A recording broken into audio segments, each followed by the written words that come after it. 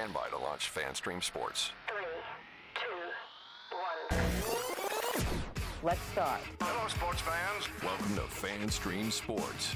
Nothing but pure sports. This is the JP Show. JP, it is so good to hear you back on the air. Stand by. Now, here's JP. All right, welcome into a Friday edition of the JP Peterson Show. It's Friday. I was just telling my man Nick here, it's just tough to come to work today. I was out walking Tally this morning. So beautiful. I mean, this has to be one of the most beautiful days of the year. And they're fleeting. These beautiful mornings are not going to be around for very long. So I was like, but I got to go to work. We got to come here and talk to you folks about all the great things going on in local sports here and around the nation. Watching basketball last night. I was getting into the tournament. I love how we had two completely different reasons for why it was hard to come to work today. What was yours? So yours was because it was so nice outside. And you were out walking Tally and having a great time, enjoying the sunshine, the air, the sky. Yeah. Me. You wanted to lay in bed all day. I was ignoring my dog. I was laying on the couch, and I started watching at 7:30 this morning. I started watching this. The documentary on Netflix. It's new. The MH730. I forgot what it's called. Oh, the plane. The plane that mysteriously vanished. Yeah. Which I have never heard of this story. Oh, ever. you've never heard of this story? I've never heard of this story, and it was just one of those things where I was just scrolling through Netflix this morning. Yeah. And it started playing the preview, and I was like, ooh. I haven't watched it yet, but I'm going to. It was a good tease, sure. and it hooked me in, and I didn't want to walk away from the TV. Yeah. So my reason's a little bit different than yours. I thought you were going to say you were watching the Pornhub documentary. Oh my gosh. Somebody. I don't even know what that is. There's a documentary on Netflix about Pornhub, and why? It gets more into how it's actually a sex trafficking site and the illegalities that go on. It's actually got kind of boring, to be quite honest with you. But that one's, everybody's talking about that one, and I was in a conversation the other day with just a bunch of people in the lobby of my building, and people were talking about different documentaries, and this guy just pipes up and he goes, "Yeah, I was watching Pornhub documentary." Like he took the pregnant pause. He just said, "I was watching Pornhub." We're all like, and then he goes, "Documentary." I'm like, you should probably say the documentary on Pornhub. Yeah, you might want to preface that you first, might want to switch those words around, because everybody's eyes went, "What? What are you doing?" I didn't even know that was even out there. But that one I heard is really good too. Ashley watched that one, so I got to check that one out as well. Yeah, so I can't wait to get home later today. Watch that. Watch that. No, I hasn't, but I'll probably watch it this weekend for sure. But I was watching the tournament last night. Well, last night I emceed the Bourbon Baseball and Cigars event in Ybor City. It was fantastic, man. It was something to tell you all about it as we get through the day. We had a Q&A with Johnny Damon and Luis Alicea. You might not know Luis Alicea. He played 13 years in the big leagues, was a first-team All-American for FSU back in 1986 when they got to the championship game of the College World Series. Went on to have a great career, is in the Florida Sports Hall of Fame, and then, of course, Johnny Damon, one of the most entertaining people you ever meet in your life. And when he was telling stories last night, some good ones that I will relate to you. I never heard this story, but when they were down 3-0 to the Yanks in 2004, that Kevin Millar came in with a bottle of Jack Daniels and made everybody do shots before the game? That wouldn't surprise me necessarily. Because he was like, "What do we got to lose?" But that's a story I haven't heard though, and I haven't heard that one either. And I've watched every documentary there is on that series, and I've never heard that story. I've never heard that story either. So that's new. Yeah, he said Millar, when they were down 3, he just brought a bottle of Jack Daniels and a bunch of shot glasses, put it in the middle of the clubhouse, and said, "What do we got to lose? We're just a bunch of idiots anyway." And they went on, obviously, to beat the Yankees. Yeah, and I do remember, I'm sure you've seen the clip where he's talking to Dan O'Shaughnessy, I think it is. Yeah. And he's telling him, "Don't let us win this one. Yeah. Don't let us get this one. Yeah. We get this one." And he was talking about, we get Pedro here, we get Schilling here. Don't let us win this one. I know that one of Millar. Yeah. But I've never heard that one from that Damon said. Yeah. Just started doing shots of whiskey before the game. He said, I think he went out and went 4 for 6 that game or something. Some ridiculous. Yeah, and then the rest is history. He hit the grand slam, and Schilling's bloody sock, I think, kind of highlighted that game, but he hit the grand slam. Yeah. So he's had a lot of big moments. And obviously went and won the World Series with the Yankees when the Red Sox didn't want him. Yeah, and if he would have gotten 200 more hits in his career, he would have been a Hall of Famer. That's right, because he's almost 3,000 hits. Yeah. which I don't think he'll be a Hall of Famer. But he was one of the best leadoff hitters. And he was nipping into the rum last night, the Pilar rum, which I had some last night, was just amazing. And he said, he goes, well, when I got the Yankees, I had to have that other guy lead off. I'm like that. Oh, Jeter. That other guy. Jeter. He goes, because when he batted in the 2-hole, all he did was hit into double play. Yeah, he's turned into a power hitter with New York, though. He did a little bit. Well, that short porch in right field, why wouldn't you? But he was like, Jeter hit into 30 double plays, hitting in the 2-hole, so they had to put me in the 2-hole because all he would do was hit into double plays when I got on base. I'm like, well, spit it now.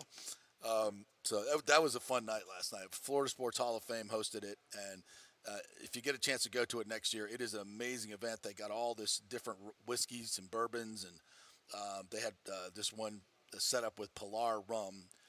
They have a new blonde rum that's out that's just absolutely amazing. So, and their guys are rolling cigars, had some great food. We talked baseball with those two guys and a bunch of others. What a great night. Espo was there, a couple other guys for Hall of Famers. So big thanks to Florida Sports Hall of Fame for allowing me to MC that last night. And tragically, the reason I got to MC it was because of the passing of Dave Wills, because Dave was supposed to MC that event. And they had a celebration of life for him last night at Tropicana Field. Obviously, I didn't get to go to it, but a couple people, Toby Hall came over from that, and he said it was amazing and fantastic. So for those of you who were at that last night, I heard that was appropriate for a man like Dave Wills. So what a dude. So it was an interesting night last night, and then we got to get to the basketball. I'm watching this UCLA Gonzaga game, and it was like it was ragged at times. I think UCLA went 11 minutes without a field goal in the second half. That's bad. Yeah, that's bad. But they were Gonzaga was down 13 at the half. They come roaring back, and then UCLA hits this 3-pointer with 20 seconds left, wing 3-pointer to take the lead by 2, and then Strother comes down. This kid Julian Strother, who's from Las Vegas. They're playing in Las Vegas. Dude was 4 for 14 from the field, 2 for 7 from 3.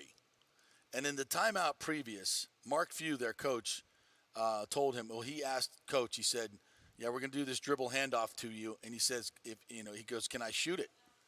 And Few said, F yes. You damn right you can. You take that shot. And I don't know if he said, I don't know if he meant you could take it from the logo, but he literally had a foot on the logo, the half-court logo, which is a big logo. I get it. But this was and when he put that shot up, I was like, what the F are you doing with like 12 seconds left? Yeah, they had plenty of time to run more play, maybe pass a little bit, but no hesitation on the logo and go.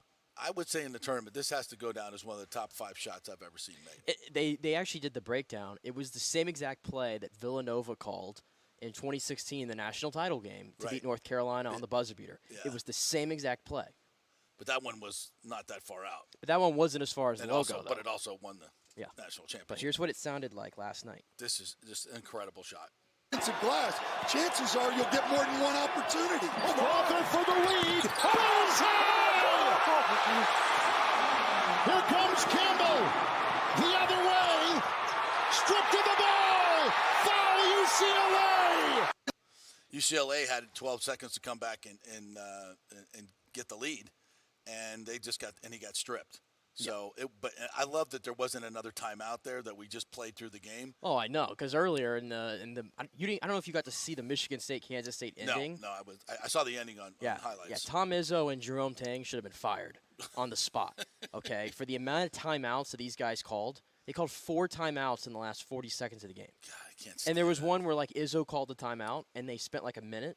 And I'm just like, okay, come on, let's get the end of this game going. Right. And then they come back out there, and then Jerome Tang decides, I want to call a timeout now. And then we take another minute. And I'm like, man, these guys, stop. Yeah. You're taking me out of the game here. Yeah, it's too much coaching. It's too much coaching. I just wish they would just play. They should have a rule where you can only have one timeout. One guy takes a timeout, you get the timeout. That's it. You can't call double T's. It's too many timeouts, and it ruins the flow of the game. And that one kind of flowed out. But man, What a hit last night. What a shot. That was that was unbelievable.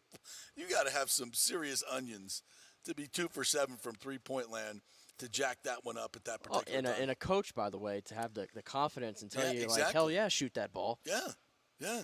That's not overcoaching. That's great coaching right there. I mean, Mark Few's been there. I mean, this is, how many Elite Eights is this now for him? This is 8 Elite Eights, I think they said. Yeah. That's 8 at Gonzaga. Yeah, and like you were saying, and Drew Timmy last night, by the way, 36 points, 13 rebounds for Grandpa Timmy.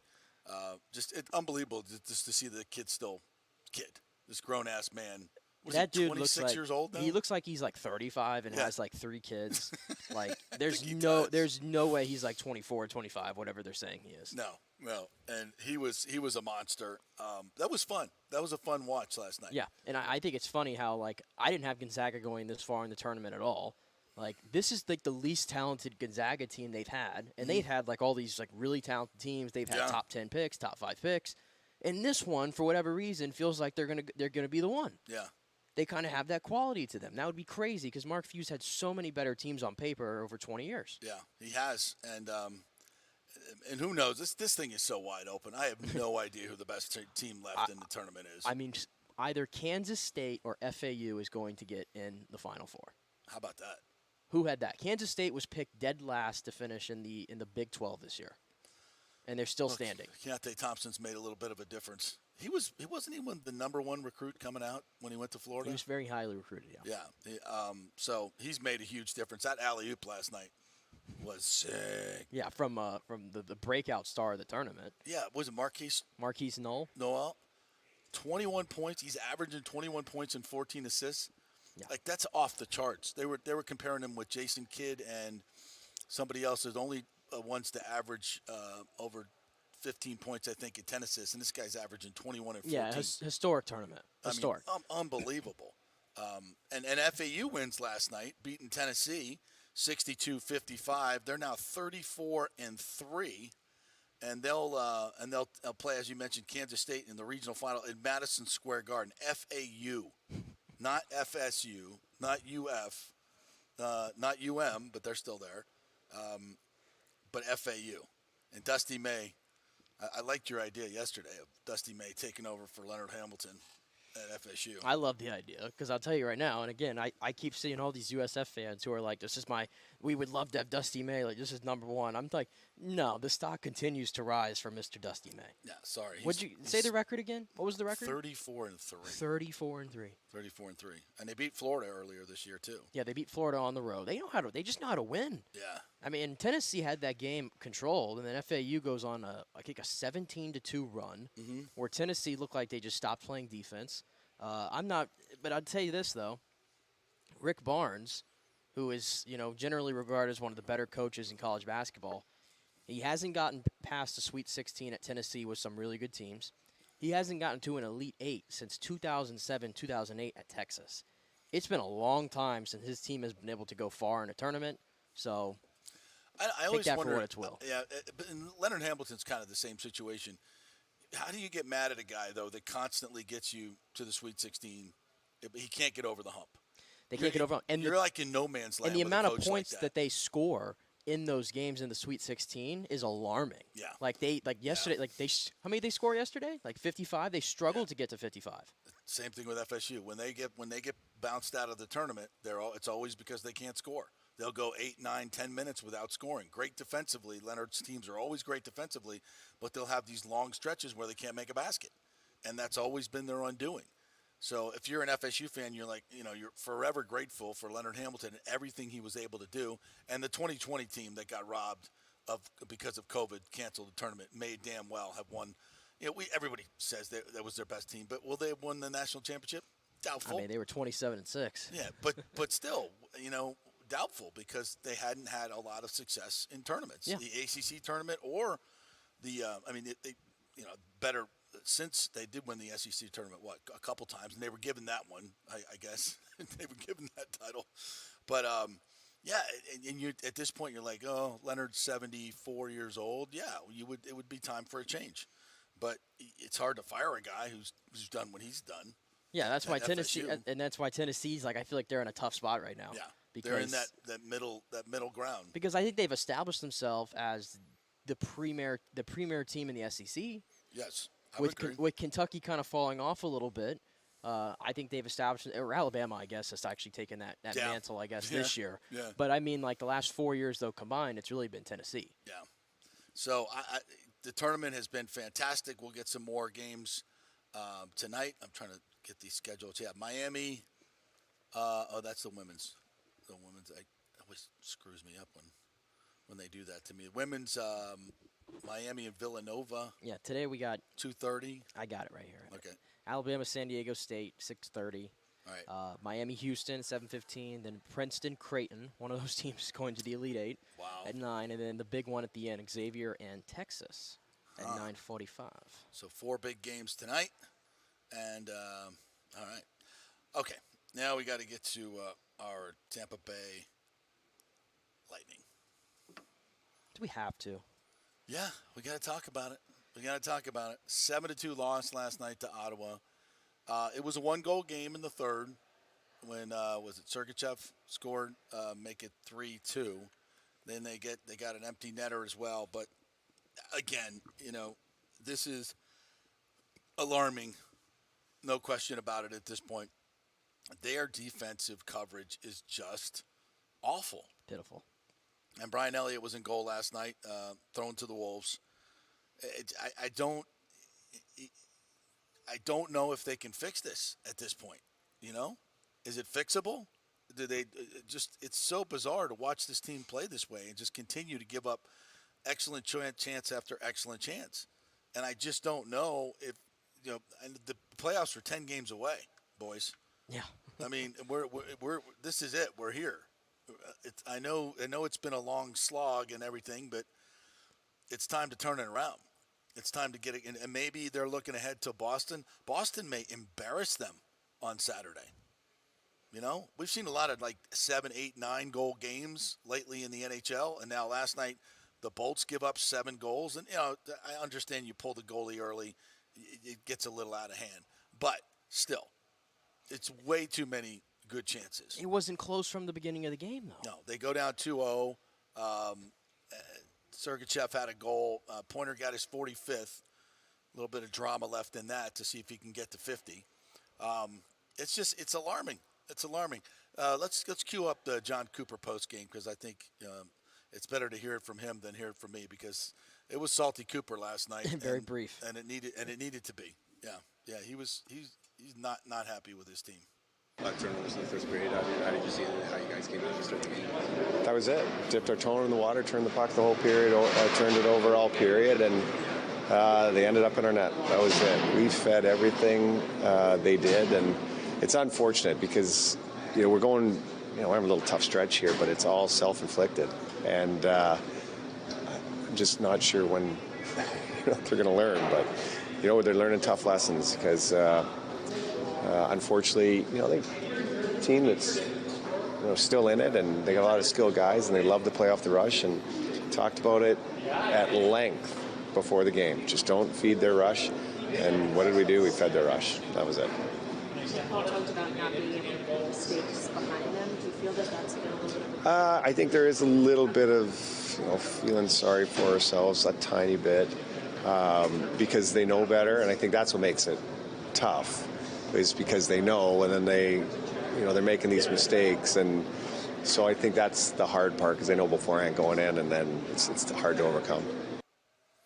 Yeah, salty Cooper, not happy with the boys, not happy with. But I think we have Stamkos too. If you can cue him up, I don't know what to say about it at this point. To me, it's just a matter of effort and focus, and they're just not there right now. I don't think that they're being outclassed, like they don't have the talent to play with these other teams. Their puck management is just awful.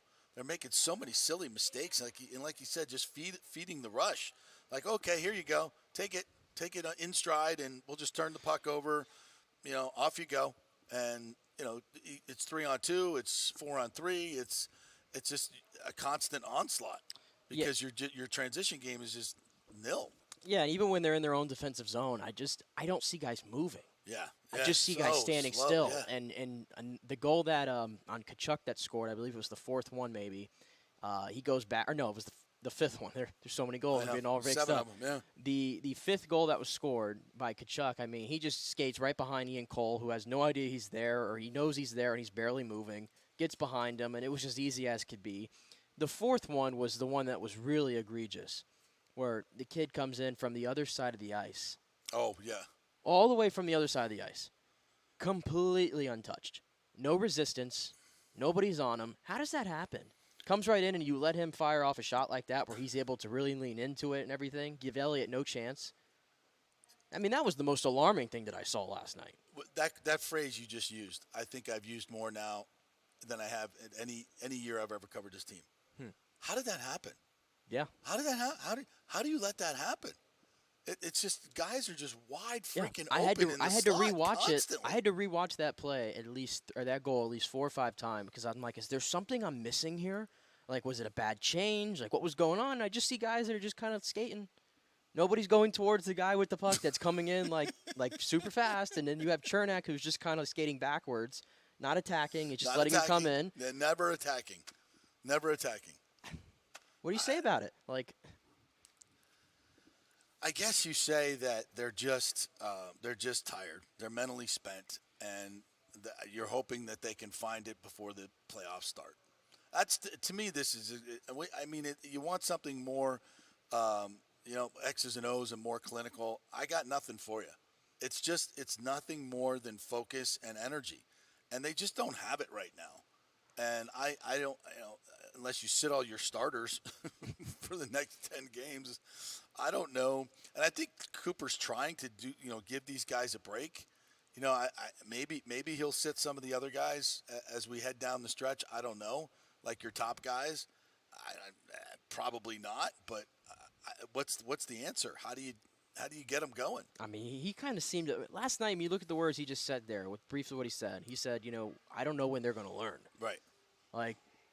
Well, to your point, it's like we got 9 games to go. It's like at some point someone's got to learn. It's not a learn thing though, and as he said, they know what to do, and they know what they're doing wrong. And to me, when you know what you're doing wrong and you can't do it, it's just a matter of effort and focus. And I just think they're mentally and physically exhausted, and it's just been too much hockey over cumulatively. And then at the end of the season, you got to go 19 games in 33 days. Yeah, that's just like piling on. At the end of a marathon, they're like, all right, if you want to win, you got to sprint to the finish now. Start. Yeah. It's like, I just ran 25 miles. I ain't got a sprint left in me. Yeah. I'm sorry. I will say, just, I mean, at some point, it's just a matter of. I will say, though, I mean, the last 2 years, and they're doing this now again, they have limped down to the finish line in the regular season. They have. Yeah. I had found this yesterday. The final 15 games in 2021, they were 8-6-1. Which was, it's probably just average. Mm-hmm. Last year, they were 8-5-2. Mm-hmm. And so far, they're 3-3. But when you look at goals allowed, they're on pace to completely surpass how many goals they're allowing in these final 15 games right now. So that's where you kind of have to look at it. Like, is this just a case of what it's been the last couple regular seasons, where you just get to the end and just naturally your mind shuts off a little bit? You start preparing ahead of time, maybe. Like, is that what it is? But then again, I feel like all around, though, we've talked about this a lot lately, there's more things that are giving me pause with this team right now. Yeah. That thinking that, okay, this switch is going to go on. This switch is going to just flip. Because that's always been the thing. Yeah. I'm seeing too many things give me pause right now. I would agree with you. I think that's reasonable to say. I would agree with you. I'm not going to come here and say the world's falling on this team right now. I mean, but I heard Mish say this last night on the post-game show on 102.5. The Bone, by the way. Great station. Boy, it's so crystal clear. I love listening to that station. It's just so much better than the old crappy AM. Oh, God, it's so much better. Thank God we switched. And he said, this is a time where it's not just about, being in the right places at the right time. It's a mindset. It's almost a mindset of where this team needs to be at this time of year, and they just can't quite get there. They've been able to do it in the past, but they just can't quite get there. And history tells us they'll be able to when the lights come on in the playoffs. But this year just feels a little different. For whatever reason, this year feels a little bit different. And obviously they don't have Palat and they don't have McDonough. But this, it's been a long time. The whole season has gone by. So it's time to step up. It's time to step up. Do we have Stamkos? Yep. Let's listen into what Stammer had to say last night. Duck captain.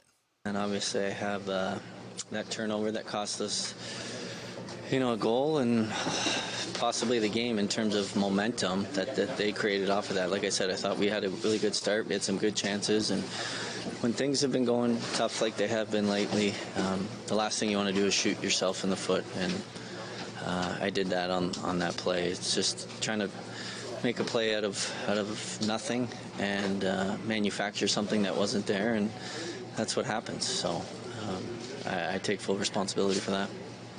Is that a good pushback in the second period too?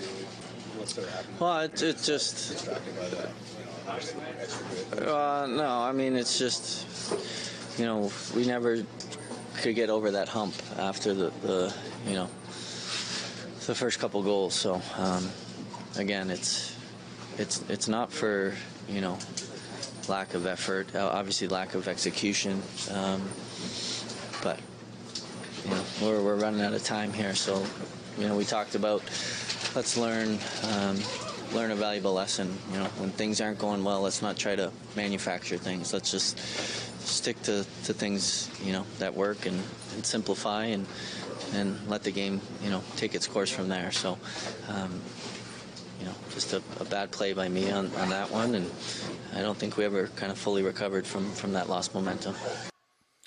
Boy, you could just hear it in his voice, and we can see it on here. I don't know if you put that up on StreamYard, but look at his face. His eyes he looks, his deep, sullen eyes, dark eyes. He looks exhausted. Does he not? He does. He looks absolutely spent. Like you see guys sometimes in the middle of the Stanley Cup run, and we're not even to the beginning of the playoffs. You can just look at him, and I'm not ripping on him. It's just, yeah, there it is. He looks exhausted, and listen to his voice. At some point, these guys, they're not Marvel characters. They're human beings. And they've played like superheroes for 3 years, all through all the COVID and everything else. I just think at some point is a breaking point. And I thought it would probably be last year in the playoffs, but they go all the way to Game 6, and then this year they've had another really, really good season. They're going to get to 100 points again. That's unbelievable, really, for the amount of hockey that they played and the target that's on their back and the changing of personnel that they've gone through. Even to be where they are right now, I think is a tremendous accomplishment. I just, I'm trying to be as honest with you guys as I can. I just don't see, they may not have it in them, but this is a team of championship character, and they've shocked us all before. So it wouldn't be shocking to see them make a run. No. But at this point right now, I'm not banking on it. Not banking on it. I'm not banking on it, but we'll see. They'll give us a great ride. All right, so I want to talk a little bit about the Bucks as well. Levante David did an interview. In fact, we'll take a break. We'll come back on the other side. We got some Levante David sound for you. Some interesting things he said yesterday after signing his contract, coming back for what may be his last year. One of the greatest to ever do it, Ring of Honor guy, no question about it. Levante David coming back for perhaps his final season. We'll talk about that. And Rory McIlroy hit a shot yesterday in the match play that I still cannot believe I saw. And the poor guy that he was playing. Wow. We'll talk about that and much more when we come back here on the JP Peterson Show. Stay with us.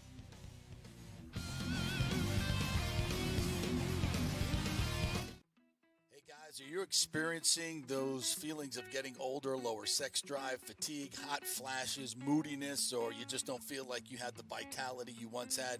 It's a chronic problem here in the United States. You're not just getting old, it's likely low testosterone. Studies over the last 20 years show a shocking decline in younger males aged 16 to 39. Older men have seen a sharp decline as well, so do something about it. Go see my friend Christopher Lugo at Bay Area modern medicine. Look, testosterone replacement is not a frivolous treatment. It takes a professional, targeted approach that focuses on total body wellness, vitality, and emotional stability, not a one-size-fits-all approach like many clinics use.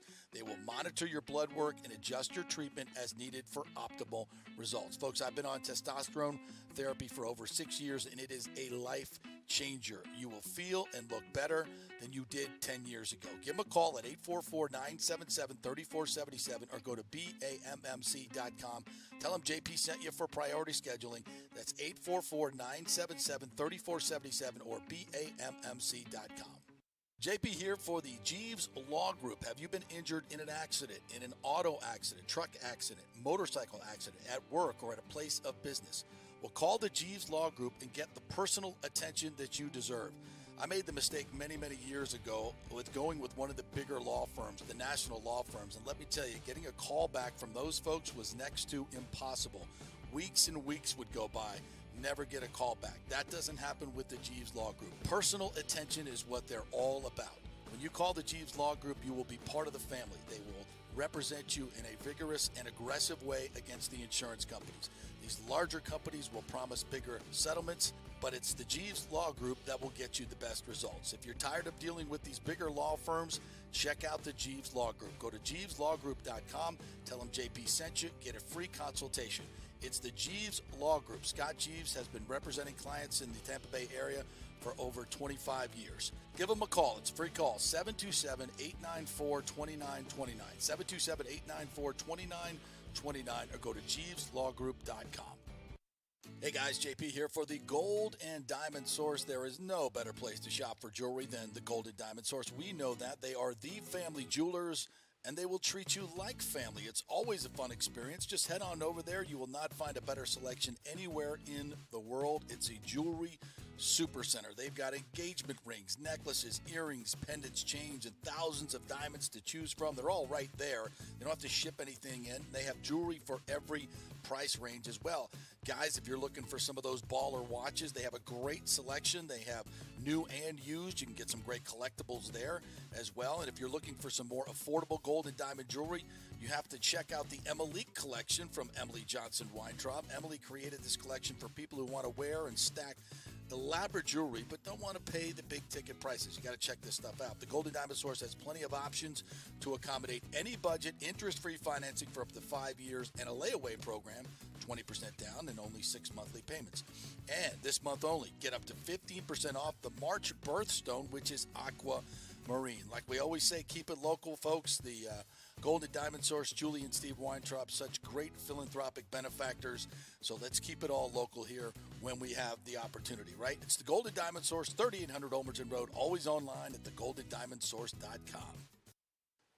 All right, this is for all you guys who don't want to go to the gym and do 5,000 crunches. At Bay Area Modern Medical Center, you can get on the new True Body machine where you can reduce fat and tone up your muscle. It's like doing 54,000 crunches in just 15 minutes.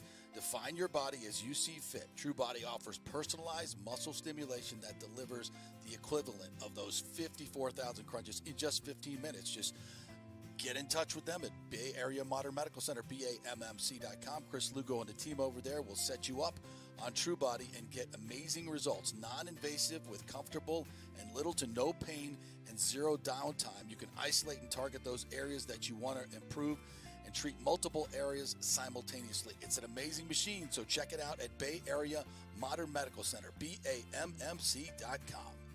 Well, Fitz the mortgage guy did it again. A listener heard his ad, was going to another big bank, but called Scott Fitzgerald at American Mortgage Services of Tampa, and Fitz saved him $618 on his monthly payment. Are you kidding me? Folks, that's big money. Rates are going up, they're going down, they're going all over the place. Scott will shop your loan and save you lender fees and get the best rates. Email him, scott@amstampa.com, or call 813-294-7595. That's Fitz the mortgage guy. Lots of stuff going on right now, and these rates are going all over the place. You need somebody knowledgeable in the market that will work hard for you and get you the best deal. That's my man, Scott. He's done 3 loans for me, done thousands of loans for local folks here, works with a lot of the coaches and players in the area. He's the guy. 813-294-7595 or go to scott@amstampa.com. Insurance coverage can be confusing and expensive. I mean, where do you start? Which companies can you count on to pay out fast and fair? Well, call the great folks at Italiano Insurance. It's a family-owned business. Jeff and Nat Italiano are carrying on the 60-year-plus tradition of giving amazing customer service and giving back to the community through their annual backpack drive for needy students and their support of the local pediatric cancer patients. But it's the customer service that sets them apart. They can shop all your insurance needs and save you big-time money. Don't hop on the internet and waste time looking at some bogus reviews. Talk to knowledgeable agents and not some voice-generated robot. These are confusing times for homeowners, and Italiano's team of experienced professionals can provide the right coverage for every situation: home, auto, business, life. It's Italiano for all the pieces of your life. Call 813-877-7799 or go to italianoinsurance.com. Let's go. Right now. Back to the show with JP on FanStream Sports. All right, welcome back to the JP Peterson Show, brought to you by the great folks at the Jeeves Law Group, JEEVES lawgroup.com. If you're injured in an accident, you don't know who to call, call the Jeeves Law Group. They are a local law group, obviously. They're not one of the bigger firms. They're plenty big enough. They can take on just about anybody and do. But with the smaller firms, you're going to get a lot more attention. People will call you back. You'll get that personal service. And with Scott Jeeves, you've got an absolute fierce lawyer that's going to be there for you in your corner all the time. So go to the JeevesLawGroup.com, JEEVES lawgroup.com. Give them a call if you need any assistance in the legal realm, and they'll be happy to help you out. JeevesLawGroup.com. All right, so a little Bucks news. Ryan Suckup was cut yesterday, the most accurate kicker in Bucks history, and certainly a huge reason they won the Super Bowl in 2020. Just kind of a salary cap casualty, number one, and also a guy that just didn't have the range that was needed. I think last year was, probably a year where you needed a guy like that, because we remember Borregales was in camp and obviously had a much bigger leg, and it came down to, it was pretty close, but Suckup got the nod because he was, so good inside 50 yards. But at this point in the game today, you need somebody who can at least be 50%, maybe 60% outside 50 yards, because so many games come down to 3 points. If you could steal that possession and get some points out of that possession, it's a big deal in the modern day NFL. So they'll be on the hunt for a kicker. I don't know. I don't think they'll use a high draft pick on a kicker. They may use a lower draft pick on a kicker. Please, no more draft picks for kickers. But you can go out and find. I don't know where Borregales is, though. I don't know if he got picked up last year or not. He is in the XFL right now. Oh, well, hello. That seems like a pretty good idea. Yeah. Bring him back. I was just going to put that out there. I wonder if they would have interest in at least getting him back in camp. I would think so. I would obviously bring in another guy, a veteran, but maybe a second time around for Mr. Borregales. Yeah, I think so. I mean, he's still young. And he plays for Orlando, so he's in the area. Yeah. Yeah, I would think that's what their plan is. And, they could pay him probably $1 million, $1.5 million. I don't know how many suitors he has, but there'll be a few teams looking at him. But obviously the Bucks are familiar with him, so I don't think it's a huge loss, but that remains to be seen. And obviously the Roberto Aguayo thing was a complete disaster. But Matt Gay didn't have a great rookie season, but is now an all-pro and getting paid. I was about to say, I think he just became like the highest paid kicker. Yeah, he did. In the league with Indianapolis. I'm not sure why the Rams let him go. Yeah. First of all, yeah. I guess they got money issues as well. Yeah, they do. I was just about to say, I'm like, can we get Matt Gay back on the phone? But no, a little bit out of the Bucks price range. Yeah, as of now, out of the Bucks price range, no doubt. All right, so they get Levante David back, 1 year, $7 million. He definitely expressed the desire to want to stay a Buccaneer and be one of those guys like Rondé or Derek who play their entire careers here. And, of course, the Bucs wanted him. They wanted him. And this is something that we really haven't talked about as much. But I think the dynamic here, the linebacker dynamic, is a little interesting. After we listen to Levante, we'll talk a little bit about this. What happened with Devin White a couple weeks ago with the Instagram post is not nothing. Something happened. Something is going on there. My guess is that they were trying to work out an extension to get him get some cap relief and to give him an extension. And his his value is not what the Bucks value. And I think with Devin, Evan's a weird deal, so we'll get into that in just a little bit. So I think having Levante here was key for them. They really wanted him back because if they do trade Devin White, you got to have Levante David basically training up who his replacement is going to be. Because if they trade Devin White, they're either going to trade for another young linebacker or get a higher draft pick, a second or third rounder that they're going to turn into Devin's replacement. And I've said this many times, if Devin White wants Roquan Smith money, I don't think he's worth it. I just don't. I think he's a good player. He's a really good player, can be a great player at times, but from what we've seen, I just don't think that type of investment is warranted. The Bucks may disagree with me. You may disagree with me. If you do, pop it up in our comments section. Tell me why. But having Levante back, I think, was critical in that transition if they're going to do it. So anyway, let's listen to Levante from yesterday. This was play number 4 here. They didn't want me to go anywhere. The Bucks really wanted to bring him back. It was very important. Obviously, it's been thrown out there that only 3 guys, played 12 plus years in the organization. And, I'm glad to be the 4th guy. And, I know Rondé played 16 years, DB played 14, and I think Paul Gruber played 12, I want to say. So definitely be mentioned with those guys is obviously, a great deal. And for me to be able to, come to my 12th season with one organization is very, very rare, especially in this day and age when everybody, jumping teams, just looking out for themselves, I would say. But, I feel like, once you start somewhere and you want to build a legacy somewhere, you got a lot of good things going at one organization. Why would you want to leave? So, thankfully, we everybody, on both sides, my side and Tampa Bay Buccaneers side, was able to work things out and get both sides comfortable and happy. And the main thing is, obviously, they didn't want me to go nowhere, and I didn't want to go nowhere. So that's the main thing. So definitely, appreciate them for that, and I'm definitely happy to be back.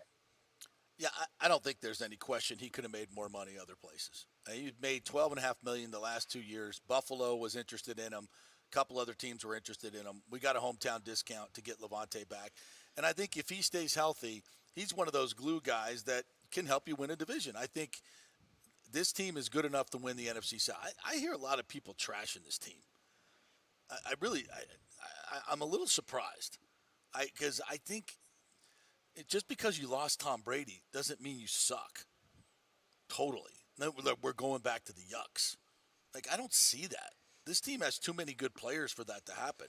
And the offense is going to be better. It's going to be better than last year. There's no question in my mind it's going to be better. I don't know. Will it be 21 points a game? Will it be 26 points a game? I don't know. I think it'll be in the top 15. I think it'll be above average with the guys that they got.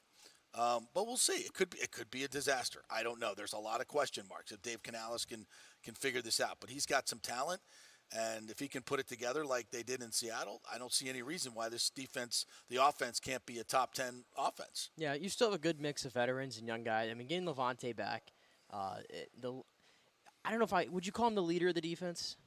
I would. Even though he's not that. We talk about generals and lieutenants all the time. Yeah. Maybe I wouldn't classify him as a general necessarily, but still, he's the elder statesman at the evening. 12 years. I mean, he just went and listed the players. Yeah. And they all got their name there on that stadium. Ryan Griffin? Is it? I thought Ryan Griffin had been. Hey, Ryan Griffin might be pushing 8 now. Okay, he's up there. He's up there for throwing about 4 passes. Yeah. But no, I mean they can get his thing ready there on Raymond James in the Ring of Honor. Yeah. I wish we were getting his gold jacket sized, but the process is going to screw him over. No doubt about that one. His numbers are better than Urlacher's number. I feel like a lot of people would tell you that if you put them next to each other and say who's a better football player, is that a hot take that I would probably think that Levante might be a better football player? Well, but some players get propped up because of where they play, right. Maybe the personality, being a outspoken general, things like that. I feel like the best comp for him, honestly, is Luke Kuechly. And his numbers are almost exactly the same as Luke Kuechly's and Derek Brooks's. Well, very the similar. three that were in this era that came out of the same class were him, Kuechly, and Bobby Wagner. Yeah. So it's those three guys that you compare, and Levante David's numbers blow them all out of the water. Yeah, yeah. But everybody would probably say those two guys are going into the Hall of Fame, and he's not. 100%. Yeah, he may be a Rondé type guy that it'll take some time for the Pro Football Hall of Fame. I don't think he's ever going to get in over the top. He's London Fletcher. Yeah, yeah. London Fletcher, 16 years, 13 straight years with 100 tackles. He didn't start getting his nods until he got older, right? Yeah. Was a long time one of the better linebackers, and he's not going to get into the Hall of Fame. Levante David to me is that. He's London Fletcher. They were always overshadowed. Remember Sam Mills? Yeah, and he just got in eventually. Yeah, but wasn't it from the Veterans Committee, though, I think? Yeah, it was from the Veterans Committee. So he might be one of those guys. Because once people, when he retires, people are going to look back on his numbers and go, damn, he was really, really good and consistent. And then they'll say, oh, and he won a Super Bowl. And they held Patrick Mahomes to no touchdowns in that Super Bowl. Yeah. So who knows what the future holds, but his career has been absolutely, for a second-round pick out of Nebraska, pretty good value. And to sit out for the entire, or make his way through all the suck that he had to endure here for 9 years or whatever it was. Yeah. My goodness. He embraced the suck. No doubt about that. All right, here's Levante. Let's play number 5. And he says, I want to be a Buck my whole career. And it means the world to me. Obviously, it's been constant communication, throughout the whole process with Jason and Mike, and with my team back and forth. And everybody know I want to, be a Buck throughout my whole career, and I wouldn't rather be no other place. And I'm glad I'm back. I'm glad we was able to get everything, tuned out, and I'm happy to be back, man. I feel like I still got some good football left to play in me, and hopefully I'm finish it out, as a Buck. It's I would have hated to see him in another uniform. Like, everybody was speculating he was going to go to Miami because he lives there, he's from there. They're loading up down there, and they went with Long, David Long. David Long. So I was glad when I saw that. I was like, phew, good. All right, this should get Levante back here. It helps that he got the Super Bowl too, because he doesn't feel like I think he has to ring chase. Yeah, he doesn't have to do that. He doesn't have to start somewhere else. I mean, I think Levante David's only playing one more year. I think this is it for him after this year. Yeah, I would agree. I truly believe that. I would agree. And it's not like he's like, I mean, how old was Derek Brooks when he might have been forced out or he had to retire? He was released, right? Mm-hmm. And then I think he could have kept on playing, but he decided not to. Yeah. I want to say he was like 37 years old. Yeah. And Levante's 33, right? Yeah, 33. Yeah, so it's not like he's like up in his upper 30s. I think he could play longer, but I think he probably is going to call it quits after this year with 12. He's played a lot of football. He rarely comes off the field. I don't think he came off the field for one snap this past year. No. Right? So I think this is it for him. Did you really want to uproot everything and start over like that just for 1 year? You already got the Super Bowl. You obviously. I think it's smart. I think he loves playing for Todd Bowles. A lot of guys will chase that extra $2 million. Yeah. And who am I here to say that's not big money? But, when you've made a lot of money in your career. Yeah, and I think he loves playing for Todd Bowles. Yeah. Right? I think he honestly loves playing next to Devin White and has been able to mentor him. I hope that Devin White, maybe some of that play rubs off on him a little bit at some point. Waiting a little bit for that. Yeah. But you put all those things together, I think it was a no-brainer decision for Levante. Yeah, I do too. I think this is a perfect marriage at the perfect time. All right, one more from Levante on he and Devin White together. Yeah, it's key. It's key, obviously. And I always say, I feel like me and Devin, we the people who gets the team going. I feel like everybody feeds off of us. So, obviously me being back, playing beside him, we could continue to, do what we do and then improve on from what our performance was last year. So, definitely a great opportunity to continue to thrive and be great with him. And also, for me to just watch him continue to grow and be a great leader and be a great football player. Yeah, those two guys obviously drive the defense. I would like to see them bring in another veteran that maybe in the secondary. I don't know if we can afford one. The guy you were talking about the other day that was on the market. Kevin Byard. Kevin Byard. I don't know if we could afford him, but I feel like we need an elder statesman in the back. Yeah. Kind of like a Logan Ryan was last year. It's maybe something that's more durable. Yeah, maybe somebody's more durable. a little bit more high end than maybe Logan Ryan, ball hawk. Although I thought Logan that was his reputation and it started well. He just got hurt. So I think they need that presence in the back. And I'll say something about this team as a whole is with Levante coming back. And maybe I don't know how to word this, but I want to put a poll out there. I would like to know pre-draft how Buccaneers fans feel about this team in terms of this. And I know I'll get some shit for this. The post-Brady era. I'm kind of looking forward to it. Oh, don't go down this rabbit hole again. See, this right here. Go ahead. Bucs fans, especially my era of Bucs fans, we have been so accustomed to change. We had 3 years of stability where we were adding in nothing but filet mignons into the thing, and now you want me to go eat like roast sirloin or something and do that every single year. That's essentially I'm not falling for this trap. I told you in January after the season ended that I would be delaying the post-Tom Brady era forever because I hate this feeling of change every single year. We get all optimistic. We hype ourselves up. We get to August. This is our year. And then guess what? You're 2-6 by November.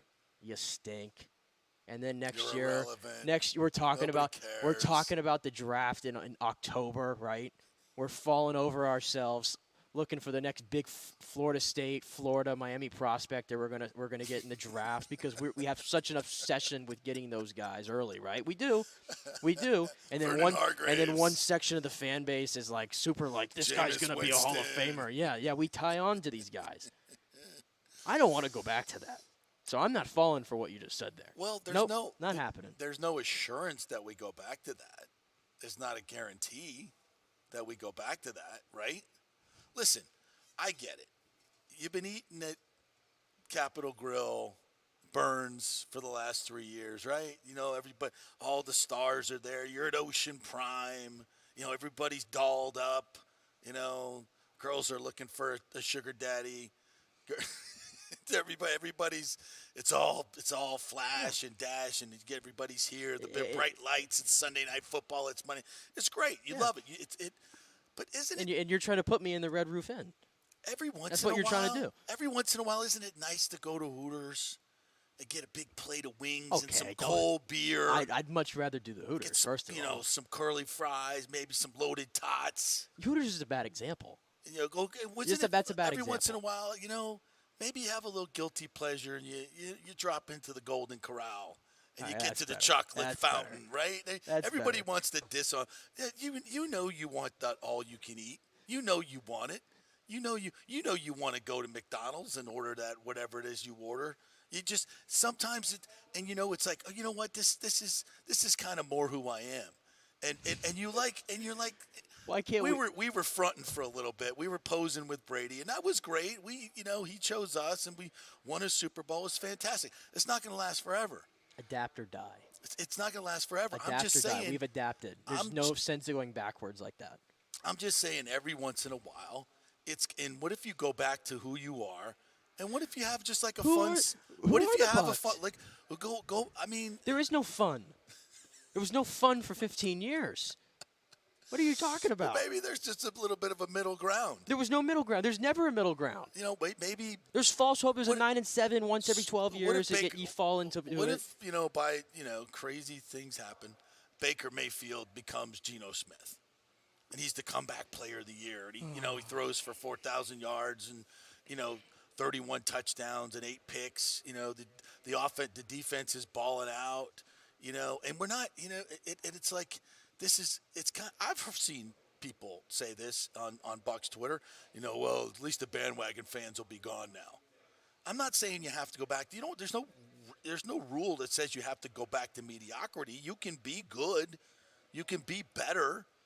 I'm just not gonna buy everybody can excel now. Tom Brady's gone. We can be back to being the Bucs again. I'm not excelling over that. I'm not looking forward to that. Nobody's looking forward to that. Like Richie P says, it's more like Burns to Waffle House. Yeah. Hey, Waffle House is underrated. Right. I mean, smashed, covered, chunked, all that stuff with my hash browns. Yeah. And shit on. Yeah, I love to go. Yeah. I love to go to Waffle House. Yeah, I'm sure. I'm just saying, it's going to be. I wonder how Bucks fans feel about that.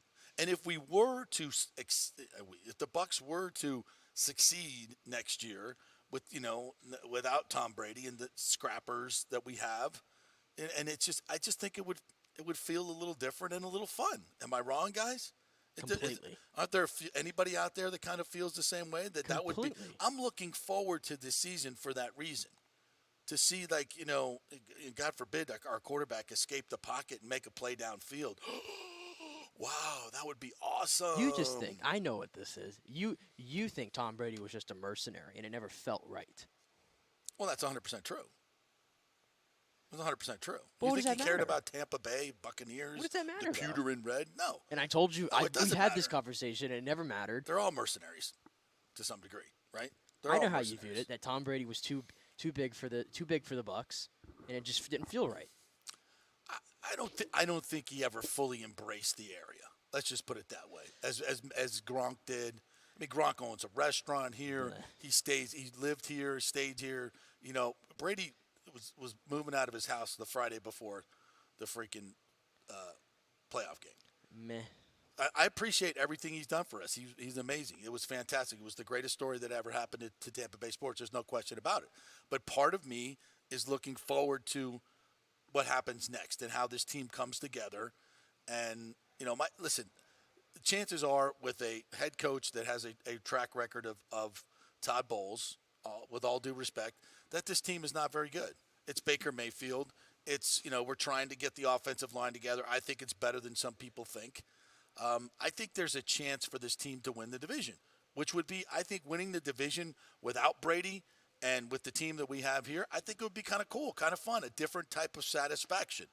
And I'm looking forward to the season to see that. What would I bet on? I would bet that they're probably, unless Todd Bowles becomes a much better head coach and there's much better accountability in this franchise, I would say, this is probably, and I want to see what the draft brings, obviously.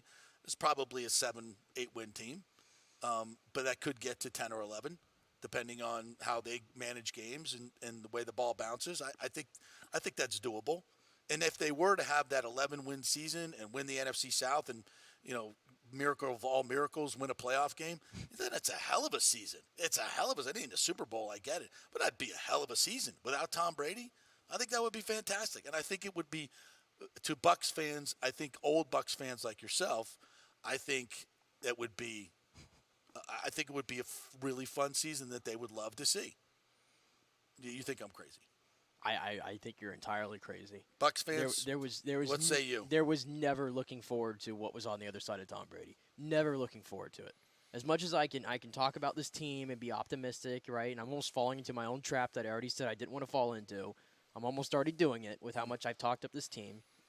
There's always that lingering thought in my back of my mind that they could fall flat on their face and we could be the Bucks again. Of course it could happen. It could happen, but I'm interested because to the Bucks, see the vibe because of this the Bucks, team. it's been 25 years since this team has developed the team, quote unquote, the right way. And when I say the right way, I mean draft, develop, find a quarterback, things like that. It's been 25, 30 years since they've done that. Yeah. And they've only done it one time truly in this franchise's history. Because this way that they just did it with Brady and all the veterans, that's a totally non-conventional way.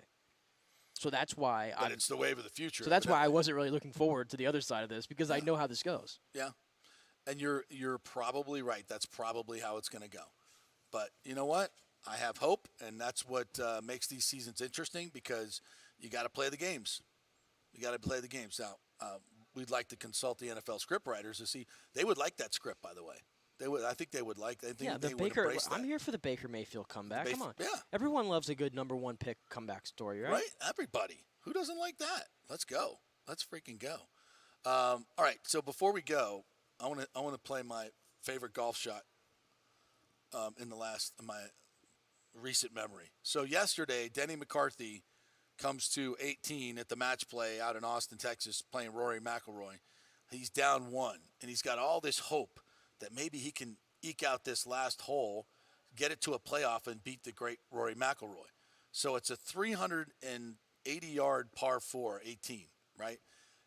Uphill.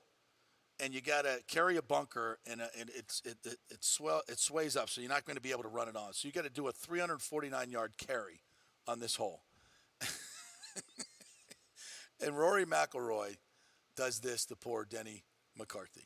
Let's hear it. Just listen to the sound that this thing makes. Yeah, I'm going to put it on the stream, actually, so we can see it. Yeah, this is unfreaking believable. You're in match play, and you're like, I got a shot. I think I can do this. Maybe just make a little birdie here, and then we extend it, and then I'll beat him in.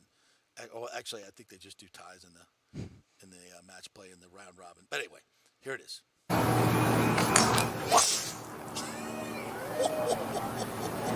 Ball speed 100. Pressed send there, didn't he? Onto the green. Flew it onto the green. Oh, and it's going to break right. No. It's the best we've seen maybe ever here at Austin Country Club at the 18. One of That the best was drivers incredible. in the history of the game. I want to hear it again. I want to hear the whole thing again. I want to hear the whole thing. Listen to the sound that this ball makes.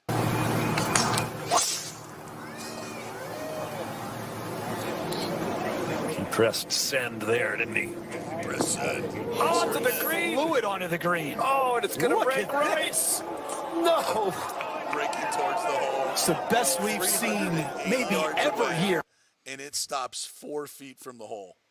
4 feet from the freaking hole. This is why they're dialing the ball back. I don't even really know what's going on with all that. I just know the players absolutely hate it. Of course they do, because they want to be able to do that. They're not going to be able to do that anymore. Oh, so you're telling me the PGA Tour is just trying to make golf less fun? USGA, yeah. They're trying to make golf less fun, is what I'm gathering. Yeah. Well, but that's just ridiculous. Well, if that's what they're going to do, I know another tour that I can go watch instead. It's a little bit more fun. Yeah, the PGA Tour hasn't embraced it yet, but the USGA and RNA have. Hey, I didn't even mention it, by the way. Did you see the updated Live Golf ratings for this past? They played this past weekend. Did you know that? I did not know they played this past weekend. I did not know. It's funny because I went They were up against to go watch the Valspar on Sunday, and Valspar was Channel 8. And so you could see like everything that's in front of it on my guide. And Channel 6 apparently is the CW. And it said Live Golf whatever. And I'm like, that's this week? Yeah. I've heard nothing about it. I haven't seen one shot on Twitter. Where do they play? I had no idea. I actually have no idea where they're playing. I have no idea. I don't know who won. I don't know where they played. Did you watch any of it? No, I was watching the Valspar. Did you try to tune into it? No, I wasn't giving them a rating. You know why? Why? It's not playing in Tampa. The CW here is owned by the CBS station. But I tuned into it about 3 weeks ago for the first tournament, and it worked. I don't. Well, you might be on a streaming service where you're watching the network. I'm on Spectrum. Yeah. Well, if you're on Spectrum, then the local CW. Unless they change it, because I was able to tune in because I gave it a little test run on their first tournament. Well, and the guy that runs the local CW told me that they can't run it here in Tampa because they're a CBS-owned station. Mm-hmm. And the CBS owns that particular station. CBS obviously tied in with the PGA Tour. Their local stations are not running Live Golf, so you can't even see it. Yeah, a lot of markets are doing that. Yeah, so you can't even see it there. So they're restricted even in that. Well, I think their rating. Let me get this right, but I thought I saw 0.14. Or no, yeah, 0.14. 0.14. That's another reason they're not running it here locally because they can get 3 times the rating with an episode of Charmed. Yeah, it was in Tucson. It was in Tucson. Yeah. Who won? Do we care? Do we know? I have no idea. Well, you know, I've typed in Live Golf and I still have not been able to find it. Well, next week. Here I found it. Danny Lee, whoever that is. I don't know who Danny Lee is. I don't know who Danny Lee is either. Well, you know, they're coming to Orlando next week. Really? Next week at Orange County National. They're going to have Live Golf. You can go over there and check it out. Yeah. I wonder how much tickets are. I'm booked already. They should be free. I'm booked. They should be free. By the way, before we take a break, let's get to Richie P's great comment. I'm with you, JP, and will be right up until the first interception by Baker. See? Exactly what's going to happen. The first drive of the first preseason game. After that, I'm going to be looking out the window hoping for Brady to come back. You suck, Richie. Here's what's going to happen. I got it. Richie. Game one. There's going to be all this buzz at Ray J, right? Sycophants. Game one, there's going to be all this buzz at Ray J. He used us. He's going to pull a Jameis. He's going to pull a Jameis. No, he's not. He's going to pull a Jameis. First throw. I'll tell you what. I was at were you at that game in 2015? Of course. Yeah. I was at that game as a fan. I had my Jameis jersey on. I was ready to go. I spent a lot of money to be at that Bucs game, 2015. Well, I did not, but you get to my point. So excited for Jameis Winston. Like, this is the Florida State. This was the savior. And then he throws that pass, the first one. If you could see the buzz that came out of my face, my body, the building, that's what being a Bucs fan was like. Moral of the story, no, I don't want to go back to that like you want to. Oh, where is it written that we have to be that bad? Where is that written? In stone? Where did Moses bring the tablet down from Mount Olive or whatever the hell it was, and have it like the 11th commandment: the Bucs will suck without Tom Brady. That's what you make it sound. You said you wanted to go back to how things used to be. Well, you said that. You said those words. No. I didn't mean to suck. I meant I would want to go back what to are we going back to? Life without Tom Brady. They sucked. They won a Super Bowl in 2002. I'm talking without about Tom Brady. Okay, come back to this decade. Come back to this time period. They've sucked. And you said you wanted to go back to it. I'm well aware of that. But this team has a good core of players, a really good core of players that did not exist in recent suckage years. But I'm still very dubious of the leadership of this team. It's already feeling like the previous years because we have Todd Bowles as the head coach. Right. He's still my biggest fear going forward. We said this, this is even pre-draft, that I think the roster the way it is right now is competitive in the NFC South. It's not Super Bowl roster. I'm not saying that. But it's competitive in the NFC South, which is getting better. This is the way it works in the NFL. Everybody goes through different swings, right? It is getting better. But my point is, it's not going back to the way it was. It's going back to life without Brady. Doesn't mean we have to suck. Doesn't mean we have to suck. It just, and this team has too many good players on it to suck like that. It's just not a 3-win team with Baker Mayfield. No, I don't know. I don't think it's not a 3-win team. I don't think that for 1 second that it's a 3-win team. And if they can have it in draft, and they've drafted well, recently, if they can come up with another draft that gets 2 impact players in 4 starters, which is what I think they need in this draft, then I think this could be a really good, fun football team to watch. I really do. I'm interested. They have got me interested in what the ceiling of this team can be. And I think there's just a little bit more buzz for me without Tom Brady. And all the drama. All the drama. I need this on record. There's more buzz. No, there's not. There's more me, buzz for you for me, without Tom Brady than there was with Tom Brady. Well, not the original Tom Brady that came here, but last year's Tom Brady. Like if he said right now, I'm coming back for another year, I would be kind of. You know darn well you were invested 20 minutes to kick off when you were in Dallas, when you were in Jerry World and Hurricane Brady and he did his LFG. You were all ready to go. You were ready to roll. But now I have a season's full of information of what it's like now. This is not 44-year-old Tom Brady was good. 43-year-old Tom Brady was really good. Do not tell me right now. 45-year-old Tom Brady was awful. And this is just, by the way, let's just get this out here before anybody runs with it. We're just And by the way, here. how's he going to come back and play behind this offensive line that his ex-wife just trashed? Tell me all about that. I don't care about that. Tell me how that's going. I don't care about that. I'm just going to point out right now that you are not going to tell me on this show right now, on this non-football Friday, you are not going to tell me that if Tom Brady today, right now, and tomorrow told the Bucs, yeah, I kind of actually want to come back. I'm a little bored. Is that okay? You can't tell me. You'd be like, oh, no. We have Baker Mayfield. We have Kyle Trask. No. We're going back to the things where we were pre-you, thank you, but no thank you. No, you can't. You cannot honestly tell me that. There would be a part of me that would be like, we're good. We're good. Come on. We're good.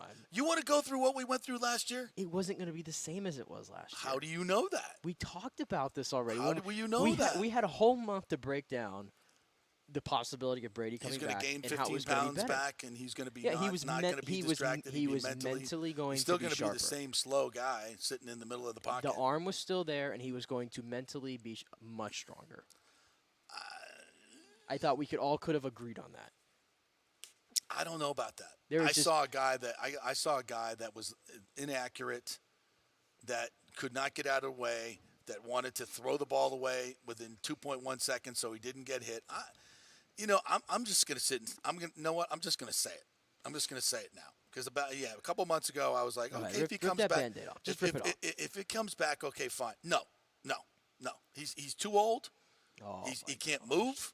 He doesn't want to get hit. You can't play football.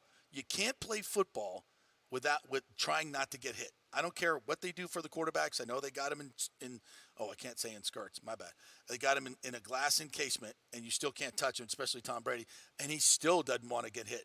You can't play football that way. Marcus Spears said it. People finally said the emperor has no clothes on. You can't play that way. If he's going to come back and play the way he did last year, like trying not to get hit or hurt at all, no, I don't want to see it. I don't want to see it. I saw that interception where he turned his back and couldn't even get it out of the end zones because he was so scared to get hit. Just for that, comment alone, I was done and he was done. See, just with that comment alone, you're playing with fate. I said it. You're playing with fate. I said it. You're playing with fate, and Who's with me? You've done nobody. Me? You've said too much now. The Bucs are going to win like 3 games next year. You've put it out there you've done it. They're going to win like 3 games now next year because you said that. Because I disgraced the name of Tom Brady. Because you disgraced the greatest thing that's ever happened to this city, number 1. And number 2, you've told me that you're more excited to watch Baker Mayfield than Tom Brady in the year 2023. That's what you're telling me right now. I am looking forward to the post-Brady era to not deal with the drama. Don't twist my words. I'm done with the Brady drama. Thank you. Had enough of it. You, Giselle, the whole circus. The guys who have. I love. Thank you for coming. It was awesome. It was funny, fantastic. Though? Thank you for answering my stupid questions. Hey. I loved it. And you were the greatest to ever play the game. You are the best ever to ever play the game. But like some of the players, okay, I'm okay moving on. There comes a time in a relationship, as great as it has been, this is what Giselle told us yesterday, right? In the Vanity Fair article. As great as it was, and it was fantastic for so long, and I will never discredit any of that. It was the greatest thing that ever happened. As we're talking about a relationship, I loved it. Our time together was wonderful. It was magical. I'll never forget it. I have pictures. I have video. The confetti. I still have confetti at my house. It was the greatest thing that ever happened. But you grow apart. In relationships, I had a history lesson. You need to go your way, and I need to go mine. I got a history lesson, though. And that's okay. History lesson time. And that's okay. History lesson time, real quick. Did Michael Jordan bring drama with him? Inevitably. The answer is yes. Where to Charlotte? No, I'm talking about when he played. To the Wizards? When he played. Did he bring drama? Oh, yeah. Of course. Okay. Well, there was. Let me continue. Is there constant drama surrounding LeBron James? Yeah. Yeah. Was there constant drama surrounding Mike Tyson in his prime? Yeah. Yeah. Yeah. Okay. I could keep going and going with my examples here. Yeah. I'll use a wrestling one for you. Stone Cold Steve Austin was the greatest of all time. He was a hard ass to work with, but you know what? He was the greatest of all time. My point is here, Tiger Woods. Has there been a lot of drama in Tiger Woods' life? Oh, yeah. How about Michael Phelps, right? I believe there was something going on. Lance Armstrong, I believe there was some drama there. Yeah, how'd that end? Yeah, I could go on every sport and find my examples What's your point? here. My point here is the greats always have drama around them. They always do. But you know what they do? They win. Yeah. They win. No one cares. He didn't win last year. I don't care. He's won 7 times out of 20-something 3 years. He was 8 and 10 last The great ones always have drama. You have to deal with the drama. You know what else happens to the you great win. ones? What? It ended for Mike Tyson in a jail cell. It ended for Michael Phelps eventually. It ended for, well, it hasn't ended for LeBron yet. Well, it might be over for LeBron. They ain't making the playoffs this year. What's that, 2 years in a row? Oh, they're going to get in. They're the 9 seed. They ain't doing anything. So it ends. It all comes to an end at some point. And at some point, the drama is not worth it. It's not worth it. And last year, the drama was not worth it. What did you drop?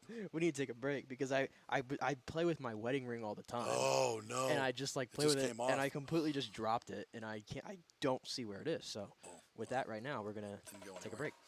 All right. We'll take a break. We'll come back on the other side. And if you guys want to chime in on this topic, I got to figure out a way to put a Twitter poll up for over the weekend to word it, and then we'll come back on Monday and digest all the comments.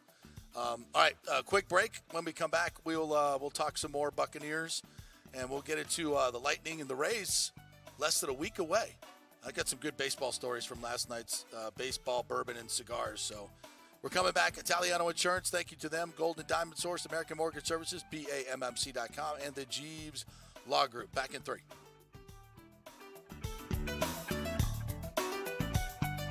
Insurance coverage can be confusing and expensive. I mean, where do you start? Which companies can you count on to pay out fast and fair? Well, call the great folks at Italiano Insurance. It's a family-owned business. Jeff and Nat Italiano are carrying on the 60-year-plus tradition of giving amazing customer service and giving back to the community through their annual backpack drive for needy students and their support of the local pediatric cancer patients. But it's the customer service that sets them apart. They can shop all your insurance needs and save you big-time money. Don't hop on the internet and waste time looking at some bogus reviews. Talk to knowledgeable agents and not some voice-generated robot. These are confusing times for homeowners, and Italiano's team of experienced professionals can provide the right coverage for every situation: home, auto, business, life. It's Italiano for all the pieces of your life. Call 813-877-7799 or go to ItalianoInsurance.com. Well, Fitz the mortgage guy did it again. A listener heard his ad, was going to another big bank, but called Scott Fitzgerald at American Mortgage Services of Tampa, and Fitz saved him $618 on his monthly payment. Are you kidding me? Folks, that's big money. Rates are going up, they're going down, they're going all over the place. Scott will shop your loan and save you lender fees and get the best rates. Email him, scott@amstampa.com, or call 813-294-7595. That's Fitz the mortgage guy. Lots of stuff going on right now, and these rates are going all over the place. You need somebody knowledgeable in the market that will work hard for you and get you the best deal. That's my man, Scott. He's done 3 loans for me, done thousands of loans for local folks here, works with a lot of the coaches and players in the area. He's the guy.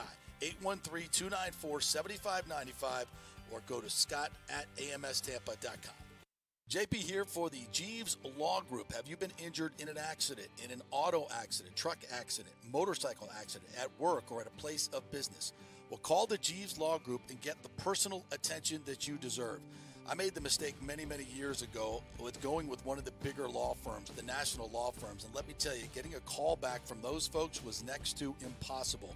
Weeks and weeks would go by, never get a call back. That doesn't happen with the Jeeves Law Group. Personal attention is what they're all about. When you call the Jeeves Law Group, you will be part of the family. They will represent you in a vigorous and aggressive way against the insurance companies. These larger companies will promise bigger settlements, but it's the Jeeves Law Group that will get you the best results. If you're tired of dealing with these bigger law firms, check out the Jeeves Law Group. Go to JeevesLawGroup.com, tell them JP sent you, get a free consultation. It's the Jeeves Law Group. Scott Jeeves has been representing clients in the Tampa Bay area for over 25 years. Give them a call. It's a free call, 727-894-2929, 727-894-2929, or go to JeevesLawGroup.com. Hey guys, JP here for the Gold and Diamond Source. There is no better place to shop for jewelry than the Gold and Diamond Source. We know that. They are the family jewelers, and they will treat you like family. It's always a fun experience. Just head on over there. You will not find a better selection anywhere in the world. It's a jewelry super center. They've got engagement rings, necklaces, earrings, pendants, chains, and thousands of diamonds to choose from. They're all right there. They don't have to ship anything in. They have jewelry for every price range as well. Guys, if you're looking for some of those baller watches, they have a great selection. They have new and used. You can get some great collectibles there as well. And if you're looking for some more affordable gold and diamond jewelry, you have to check out the Emily collection from Emily Johnson Weintraub. Emily created this collection for people who want to wear and stack elaborate jewelry but don't want to pay the big ticket prices. You got to check this stuff out. The Gold and Diamond Source has plenty of options to accommodate any budget, interest-free financing for up to 5 years, and a layaway program, 20% down and only 6 monthly payments. And this month only, get up to 15% off the March birthstone, which is aquamarine. Like we always say, keep it local, folks. The Gold and Diamond Source, Julie and Steve Weintraub, such great philanthropic benefactors. So let's keep it all local here when we have the opportunity, right? It's the Gold and Diamond Source, 3800 Olmerton Road, always online at thegoldendiamondsource.com. Ladies and gentlemen, are you looking to lose weight or just lean up for bathing suit season where there are so many diets and chiropractors and weight loss clinics out there? You don't know where to start, right? We'll start at Bay Area Modern Medical Center. Chris Lugo, PA, and his professional staff will devise a personal plan for you that gets results and will help you keep the weight off. Everybody metabolizes food and supplements differently. Many of these other approaches are designed for the masses. So how's that going to work for you specifically? It's not. Chris will spend one-on-one time with you to find out what works best for you so the weight comes off safely without the use of harmful drugs and side effects. Call 844-977-3477 or go to BAMMC.com. Tell them JP sent you for priority scheduling. 844-977-3477 or BAMMC.com. Hey guys, are you experiencing those feelings of getting older, lower sex drive, fatigue, hot flashes, moodiness, or you just don't feel like you had the vitality you once had? It's a chronic problem here in the United States. You're not just getting old, it's likely low testosterone. Studies over the last 20 years show a shocking decline in younger males aged 16 to 39. Older men have seen a sharp decline as well, so do something about it. Go see my friend Christopher Lugo at Bay Area Modern Medicine. Look, testosterone replacement is not a frivolous treatment. It takes a professional, targeted approach that focuses on total body wellness, vitality, and emotional stability, not a one-size-fits-all approach like many clinics use. They will monitor your blood work and adjust your treatment as needed for optimal results. Folks, I've been on testosterone therapy for over 6 years, and it is a life changer. You will feel and look better than you did 10 years ago. Give them a call at 844-977-3477 or go to BAMMC.com. Tell them JP sent you for priority scheduling. That's 844-977-3477 or BAMMC.com. Pure Sports. JP is back on. Welcome back. FanStream Sports. All right, welcome back to the JP Peterson Show, brought to you by Bay Area Modern Medical Center, home of True Body, the miracle machine that'll hook you up, put those diodes, electronic things on your stomach, and it does its thing.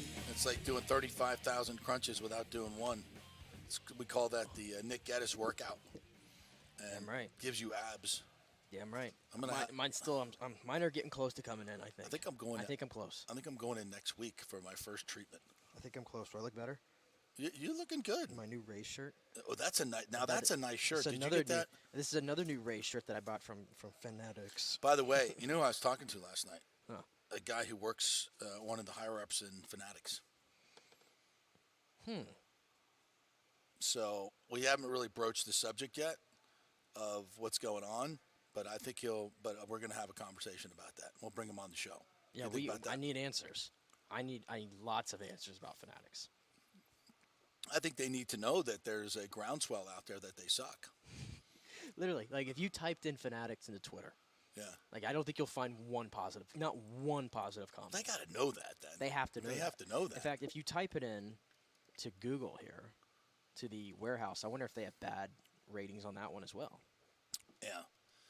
If you don't know what we're talking about, like the NHL just signed up with Fanatics. So all the other leagues are with Fanatics as well? Everything is with everything. Like even like wrestling's with Fanatics, NASCAR's with Fanatics, the PGA Tour's with Fanatics. So everything's with Fanatics. Nobody else is making official merchandise besides Fanatics? They're the only one that's correct.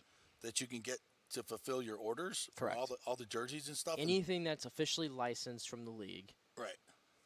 is going through Fanatics. And if you go to any of the websites, it's all Fanatics' engine. It's everything. How can they have a monopoly? That's not supposed to happen in this country. They have a complete monopoly. That's ridiculous. What are we doing? God, the leadership is so bad. All right, I want to get to some of the great comments that are coming in here. Lonnie is all pissed off at the Trop. He said, "Did you see the Rays Centerfield bar will have a self-service concession area with camera technology and shelf sensors?" Just like these new Amazon stores that aren't going to have any people in them and not even check out. Once you take it off the shelf, you put your credit card in and it has a sensor and knows what's in your basket and everything. Like it's not going to make mistakes. Of course it's going to make mistakes. You get overcharged, undercharged. I don't know. Probably won't get undercharged. I like it right now. The more I'm you hearing, don't want to deal with like any human being ever. That's exactly if what. all robots, you'd be happy in life. Yeah, it's like I went to Chick-fil-A the other day for lunch, and I discovered that when you eat inside, because it's been years since I've eaten inside one, you can go sit down and order it on your phone, and you don't have to talk to anybody. And they bring it to you? And they bring it to you. Wow. And you just scan like your table number, and that's it. Wow. I love the new invention where you don't have to talk to people. It's beautiful. Ashley's the same way, too. She's like, she went into a place, ordered something from Smoothie King. Yeah. And she was like, I did it on the app, because the guy that usually works in our Smoothie King, he's a little off-putting. Let's just put it that way. That's why there's very always chatty. There's always a chatty Kathy doll and someone who's very off-putting that you don't want to see in certain places. And I don't mind talking to people. Like I kind of like it. Engage the guy. I think he's a little quirky, a little funny. I kind of like it. Yeah. But she don't want to talk to anybody. She didn't want to talk. So she goes in there, and she's like, mobile order for Ashley. And the guy's like, oh, I've not made it yet. And he's like, he hasn't even looked at his mobile orders. So now she's like, oh my God. So I got to sit here for 10 minutes while he makes it. And we're going to have this long conversation about something I don't want to talk about. And she's so nice that she's always nice to everybody, even if she doesn't want to be talking to him. So she'll act like she's interested and like, oh. And then when she leaves, she's just exhausted. Like, I just want a mobile order. This is how I am. Pick it up and leave. This is why I don't like getting haircuts. I hate going to get my haircut because I get a different barber every time. Now I've gotten a same one, right? And she lets me just kind of sit there now because I think she's caught on. Mm-hmm. Please don't ask me about who I am, what I'm doing here, where I'm from, what do I do. Please don't tell me that it's cool and keep asking me questions as I sit there. Just cut my hair. Just cut my hair. That's why I hate getting my hair done. Because here's the thing. You don't actually care. You feel obligated to talk to me, right? Because you're trying to earn a buck. But what you don't know is you're actually losing bucks the more you talk to me.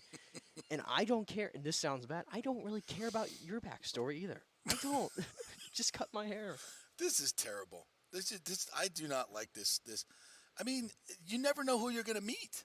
You never know. They could be really fun people. They could have great stories. Even if they're not, I got enough fun people. Mobile I don't need to have or whatever. Else. It's just an ordinary person like yourself that you could just even when I get food delivery, the greatest thing is the instructions part where you can type however you want in there. It's called knock and then leave. Just alert me that it's there and then leave. What about the bartender customer experience? Like when I was a bartender. What experience? I don't. Well, you have a conversation. You learn where they're from. What do you do? What do you do? You don't like meeting new people. No, I don't. I love going to like when I used to travel a lot. You just go down to the lobby bar and you just start talking to people. It's fantastic. No, you never know who you're going to meet. It's fantastic. If I did that, I'd have AirPods in my ear, and I would completely shut myself off to the world. I hate you people. What is wrong with you? You're never going to meet anybody fascinating. What if you went into a bar and the guy was sitting next to you and it turned out to be, I don't know, Bono? If you walked into a bar like this happened to me. If I walked into a bar and Bono was sitting there, I'd tell him, I don't like you because you forced that stupid album on my phone automatically about a decade ago. That was awful. There's nothing you could learn from Bono that would make your life more enriched. Sure, I'd ask him about the couple. So if you walked into a bar, say a little pub in Dublin, in Dalkey, and he was sitting there was like 4 people in it, you would put your earbuds in and not talk to him. Who, Bono? I use this as an example because it happened to me. You would not talk to him. I don't know what I would do. I mean, you're acting like I have some kind of emotional connection to Bono. Well, it's one of the most interesting people to ever live on the planet. I don't even know a thing about Bono. Been through some experiences. Hey, I know you too. You might be able to, That's it. You might be able to learn a little something. See, if I was outside of your culture. If I was in a bar and I walked in, like this is what's wrong with the world. Nobody wants to talk to each other anymore. Nobody wants the human experience anymore. You just want to go through life with earpods in your face and a phone. That's not a way to live. That's no way to live. I'm sorry. It's stupid. It's a human experience. No? I got enough people in my life. I try. Now if I walked into a bar and bar and Stone Cold was sitting there, okay. My point. The Nature Boy is sitting there, okay. My point. There's a difference there. There's a difference there. Like you got everybody talking wrestling on my. I know. I mentioned Stone Cold and I got the chat popping about wrestling. Somebody was talking about the American Dream. Richie was talking about his. I'll put this one up here. No, I'll put this one up. Oh, you took my wrestling. JP, when the Cubs brass blew up the World Series core, I was supportive of the move. We'll always have memories of a World Series, but they were declining just like Brady was. Right. You got to move on. You got to move on. You can't live in the past. That rearview mirror will get you killed. You got to look at what's coming up ahead of you. That's what you got to worry about. Lonnie also says, players come and championship flags fly forever. It's time to start the next chapter. That's what I'm talking about, Lonnie. That's what I'm talking about. All right, put up your. Sounds awful. Put up your. It's that Brady till he's 60 years old. Sick. Oh, we still got You're Tom making me Brady. sick. Oh, he's still good. Look, oh gosh, he just got hammered and broke his hip. Oh. How many I'm going years to my you want? wrestling comment here. How many years you want him? I'm going to my wrestling No, I'm comment done. here. Richie I'm says, done. I'll never forget my dad taking me to the old Tampa Stadium to see the American Dream, Dusty Rhodes. Dusty Rhodes with the bionic elbow. On the That's elbow. right. Yes. Beat Harley Race for the NWA World Championship. I love hearing those old stories of wrestling back in the day in Tampa. He didn't beat him, by the way. I love He Dusty acted Rhodes. like- he Dusty acted Rhodes like he never won the title. He acted like because that's the story going on right now. His son, I don't know how much you're up to date with the current product, but his son Cody is wrestling in the main event of WrestleMania in 8 days? Really? 8 days away. He's going to be in the main event of WrestleMania against Roman Reigns, who's been the champion for 2 years. Roman Reigns, yeah. Yes, the almighty Roman. Yeah. Cody Rhodes is in the main event, and this has been Ashley the whole likes Roman and this has been the whole story, right? That they've been telling that his dad never won the title, he's never won the title, and he's going to do it. Oh, that's so exciting. It's a great story. What does the script say? How's it turn out? Hey, they're not leaking the scripts anymore. Oh, they're not? No, because they're trying to get on gambling. Oh, So they're trying to do a full lockdown where nobody knows, so they can actually do betting now. You're joking. I'm not joking. You are joking. I'm not joking. People are going to bet on wrestling that's They're scripted. trying to get it approved, but they have to. The major thing right now, obviously, is the scripts leaking out ahead of time. Duh. Because they have like these dirt sheet writers that leak these script all the time. Right.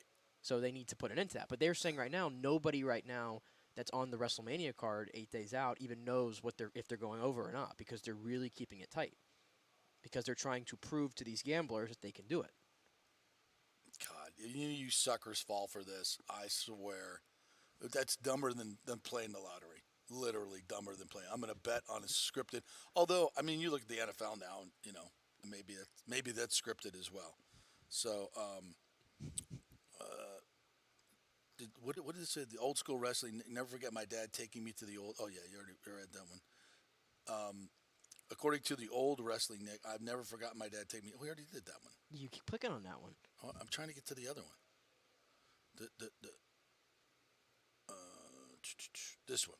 To your point, JP, we wouldn't have ever gotten that insight from Gronk as at the barbershop if he would have just walked in and sat down with his earbuds. That's right. Remember that? Where he said, Tommy's coming back? Remember that? Mm-hmm. That's right. Well done. Well, Gronk loves to talk to people. That's great. Yeah. And he has valuable information to give. I have no valuable information to give anybody. Titus got cheered and Hogan got booed at Ray J. That did happen, by the way. That did happen. Hogan has just become a real deal heel over the years. Yeah, nobody likes Hogan. Nobody likes Hogan anymore? No. Why? He has like go away heat. Go away heat? Go away heat, yeah. Like get Brady? Get off my screen. Like Brady? Brady does not have go away heat. Get out of here. Define- You have go away heat. Define go away heat. Like get off my screen. Like there's heat is heat, yes, but there's go away heat is get off my screen. Like I don't want to see you get off. Like I don't care. What, you're old, you're done, you're tired, get away He's from Hulk Hogan. He's done a lot of stupid things over his career. He's not really I don't think he's generally a good guy. He lies. Right. Yeah, he's no good. So you don't like Hulk Hogan? Like I thought he was deified. I mean, when he comes out to Real American, don't get me wrong, I'm bumping a little bit. What's his comp to the NFL? Hulk Hogan's comp to the what's NFL? What's his comp? Yeah, like who? John Gruden. Oh, really? So he's the John Gruden of. I said the John Gruden because that's the thing. That's the reason why a lot of people don't like Hogan is if you recall the whole sex tape thing, and then he went on. There was a lot of racist tirades because I think his daughter or son was dating somebody who was black, and it got out. Yeah, that was not good. That's why he's really hated in the wrestling community now. So for WrestleMania 37 in Tampa, which I was there, he was hosting alongside Titus O'Neil, and the belief was they put Titus next to Hulk, so that he could so Hulk wouldn't get completely booed out of the building, because nobody's going to boo Titus. Right. Okay. Yeah. Right. So Hulk came out and they booed Hulk, but they cheered Titus. Well, I wonder how Titus feels about Hulk. I don't know. He had to apologize to like the entire locker room like about 3-4 years ago. Yeah. Especially like these reunion shows when he comes back, like because everybody kind of keeps their distance with Hulk. But it's serious. When he comes out now, it's like go away Heat. Wow, I did not know that. Yep. That's interesting. The more you know. Yeah. But Brady's not in that category. No. Okay. No. Even for the people that hate, like, the non-New England, non-Bucks fans. You don't think he has a little go-away heat for other fans? It's like, Oh yeah, absolutely. I think 90% of the NFL fan base is like probably go away. Been waiting for this guy to get out of the league for a while. I think a lot of them would like him to come back. Really? Yeah. You think so? The 90% and watch him. I think Patriots fans would love for him to come back. I think they would, tomorrow. But I think the fans love seeing him fail. Well, yeah, you love to see everybody. You love to see the greats. Everybody, for whatever reason, we have an obsession with seeing the greats fail. Yeah, no, that's interesting. All right, there's your wrestling talk for the year. Until I give you the WrestleMania recap. I'm next fascinated. Monday. I'm fascinated by the whole gambling thing. Yeah, it's a real thing. It's a real thing. Well, I mean, we gamble on. Don't we gamble on the outcome of like sitcoms and stuff like that? I mean, you can gamble on anything, right? I mean, we gamble on things like the length of the Star Spangled Banner. Like, by the way, is this a thing now? What? People not standing for the anthem? I see it all over Amalie. I have no idea. I shouldn't say all over Amalie, but I see like I'll be in the Chase Club, and the anthem would be going on, and people who are like not in their seats or even back because it comes through the PA system. Everybody will stand up by their tables if they're eating pizza or whatever, and they'll stand up. But now we have an inordinate amount of people that'll just be walking through chatting, mostly, not generalizing, but mostly younger girls. I'd say 25 and under, like 18 to 25 girls, and boys too. You'll see that, but mostly younger people. I've seen some families. That's common. Is it common? Yeah. Yeah. It's common. For younger people, yeah. That's there- always been common. There's not a whole lot of respect for Like the even anthem. when I remember I was in the Chase Suite and I heard the anthem go and my hands were full. Like I had like a beer in one hand Right. and I had like all my food in the other one. And I just wanted to get to my seat. Right. And then the anthem started and even I went like, oh, I have to stop. Yeah. So it is a young guy. I think it's a young person thing. There's just not a. I mean, because most older people will stop. And if you got to, if your hands are full, you get there's like a 10 to 15 second grace period to get your stuff together, and you don't have to put your hand over your heart, but just stand there respectfully. I stand there and I'm just like. But a lot of people like there's a lot of people that were like last game there was a group of about 4 or 5 girls who are bopping through the Chase Club on their way to the bar, and everybody's like sitting there. It's quiet, and they're like, "Oh, I'm gonna go get another double," and they're just yapping it up and. Not affected. Doesn't bother you? I'm not affected anymore. Doesn't bother you? No, I'm not affected. I was affected at the NASCAR race on Sunday when Blanco Brown sang the anthem, though. If you haven't seen that one, you can go out of your way to watch the ending. Is it bad? They say they're putting it in Roseanne Barr sections bad. Oh, let's hear it. It wasn't because of it was literally only because of the ending. Everything was fantastic, and then the ending. Can we play the ending? Yeah, I'll cue the ending up for later. All right, we'll do that later on. All right, what was I going to get to in this segment before we got distracted there? Oh, the Chris Russo stuff. I know we were so off the rails on this show on a Friday. It's Friday, whatever, it's Friday. There's not a whole lot of topical stuff going on. So we're getting to some juicy little tidbits. I love that I've gotten to talk wrestling for like 15 minutes. Yeah. I feel like I have all this knowledge in my head that I don't ever get to talk about. Well, you get gambling into wrestling. I might get interested. There you go. I might get interested. Because you'll make money now. Well, yeah, because I know the scriptwriters. Shut up. They're in my guild. In your guild. In my screenwriting guild. Anyway, get to the Chris Russo. Get to the Chris Russo. All right, so this, speaking of old heads who are completely out of touch, like myself, what Chris Russo can't stop banging on the Yeah, I guess I have to Classic. set it up so we played the audio yesterday from First Take, where he didn't understand why everybody was calling this an epic at bat and everything, and he later Which was Ohtani versus Trout to end the Ohtani WBC. versus Trout. So the entire day he was on First Take, and then he was on his show High Heat, right? And Steve Phillips, I think, was on with him, and he got into a big argument with Steve Phillips about this. And then I listened to his show, Mad Dog Sports Radio, because I was like, I want to hear his full thoughts on this. He thinks the WBC, he's definitely in the meaningless category. He called it meaningless. Yeah, he called it a glorified exhibition. He said that everybody's talking about how it's an epic at-bat and that it can't be called that because there's no such thing as an at-bat that's epic on March 21st. There's no way. Like, he can't get there. He's offended. Yes, he said he was offended by the people that tried to say that this was on par with the World Series or any big event in Major League Baseball. He said that if it was so big, why was Merrill Kelly on the mound? And why was the game tucked away on FS1 and not Fox? And then he went on to name all the famous pitching duels, batting duels in the World Series. He's like, it's not epic. It's not epic. He said Trout strikes out all the time, which, by the way, remember yesterday in that clip, he's like, strike. He said Trout strikes out 175 times a season. Yeah, he's only done that once, and it was in 2014, so factually incorrect there. So he just didn't get it. And then he also said that Ohtani is overrated.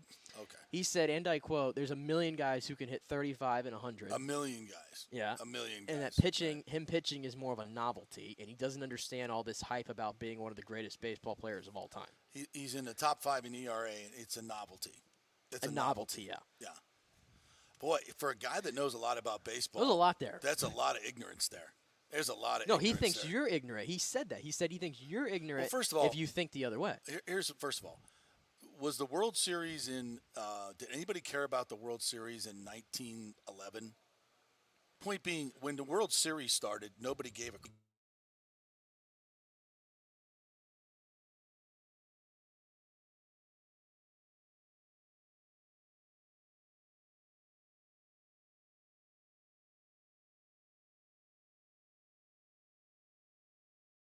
you can't predict it.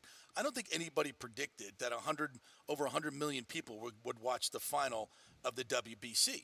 I don't think anybody predicted that worldwide, right? 90 million of them being in Japan. But worldwide, and the overall attendance and the overall ratings of this are off the charts, like more than the World Series.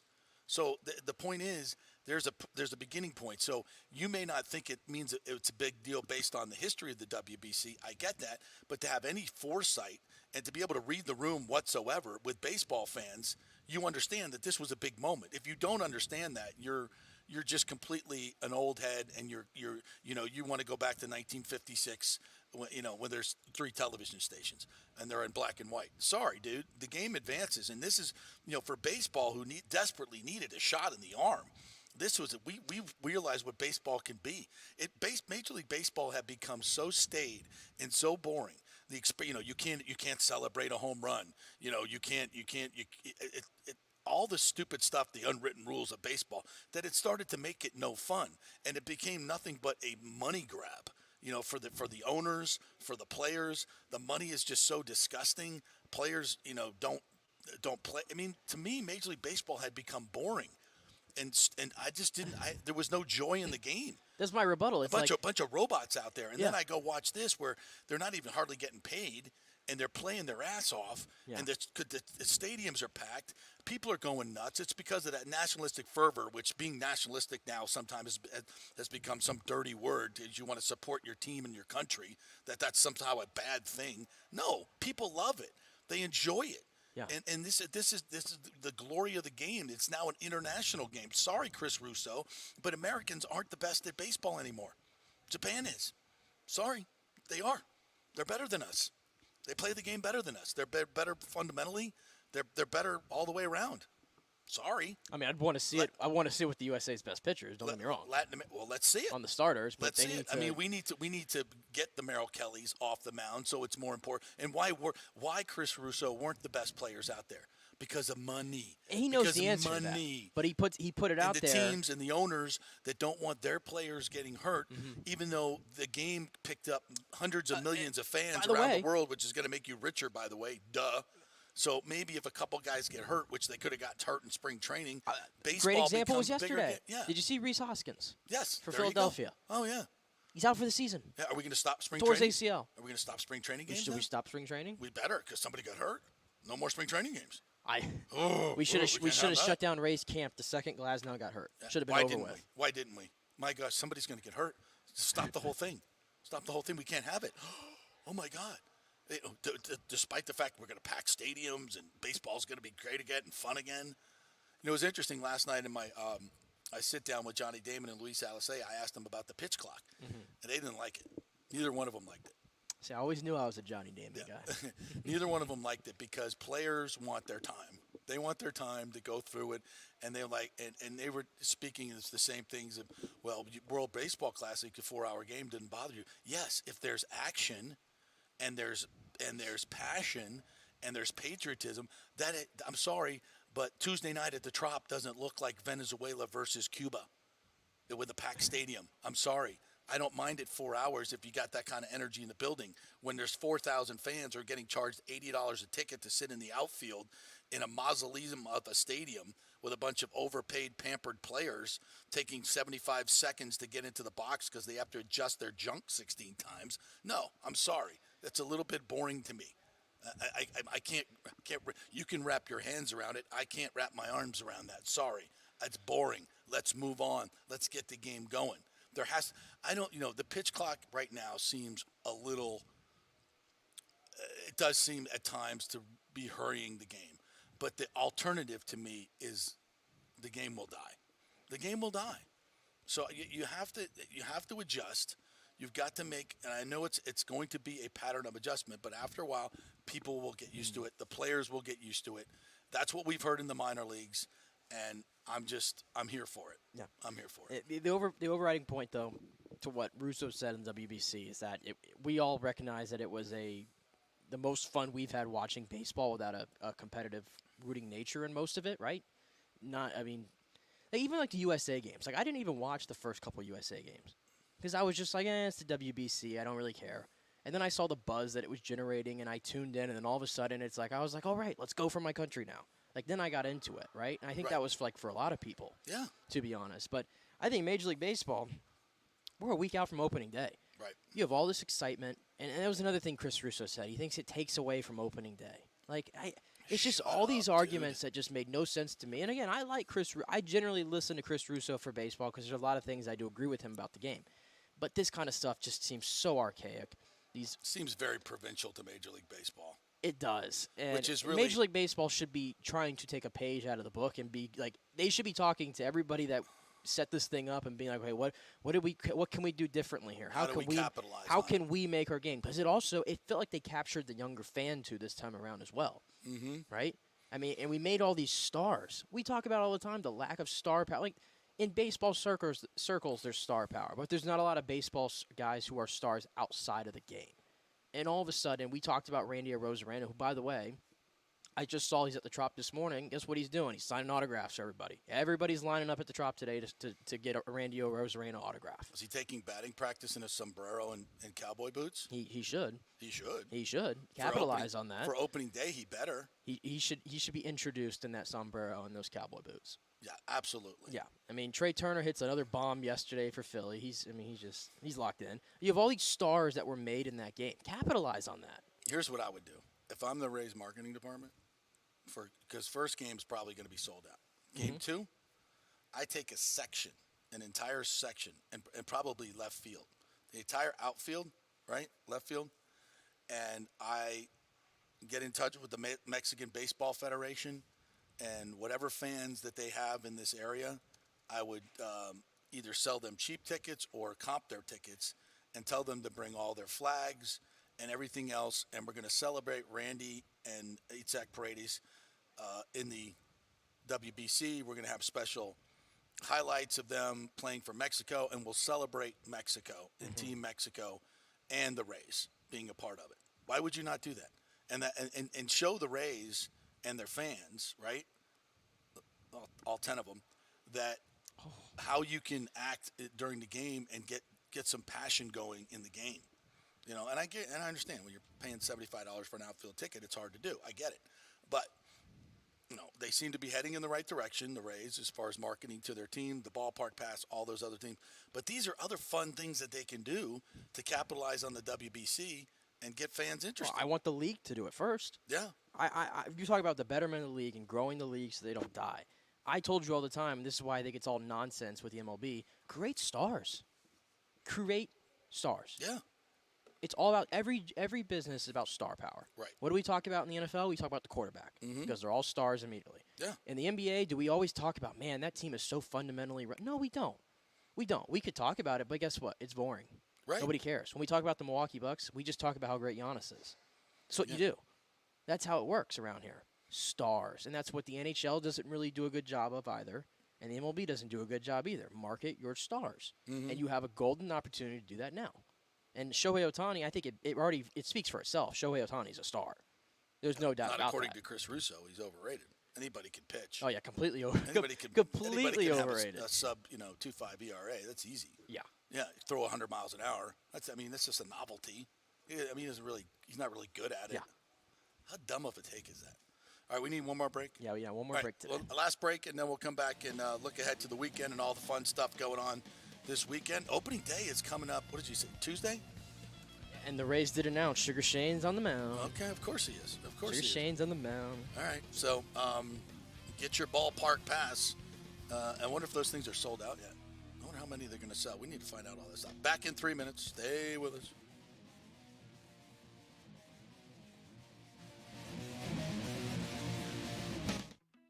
Guys, are you experiencing those feelings of getting older, lower sex drive, fatigue, hot flashes, moodiness, or you just don't feel like you had the vitality you once had?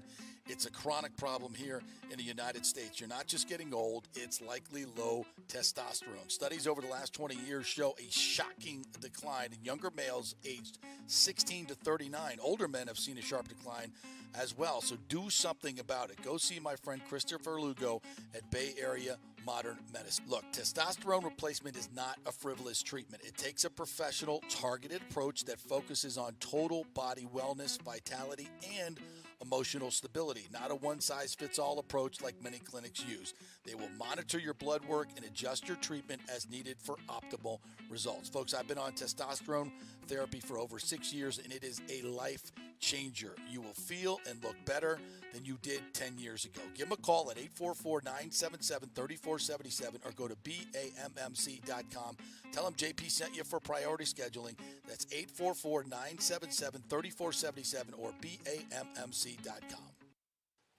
All right, this is for all you guys who don't want to go to the gym and do 5,000 crunches. At Bay Area Modern Medical Center, you can get on the new True Body machine where you can reduce fat and tone up your muscle. It's like doing 54,000 crunches in just 15 minutes.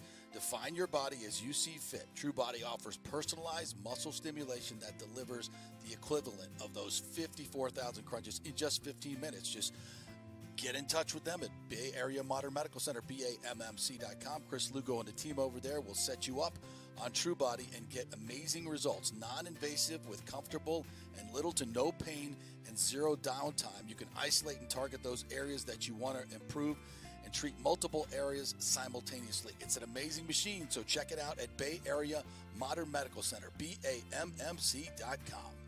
Well, Fitz the mortgage guy did it again. A listener heard his ad, was going to another big bank, but called Scott Fitzgerald at American Mortgage Services of Tampa, and Fitz saved him $618 on his monthly payment. Are you kidding me? Folks, that's big money. Rates are going up, they're going down, they're going all over the place. Scott will shop your loan and save you lender fees and get the best rates. Email him, scott@amstampa.com, or call 813-294-7595. That's Fitz the mortgage guy.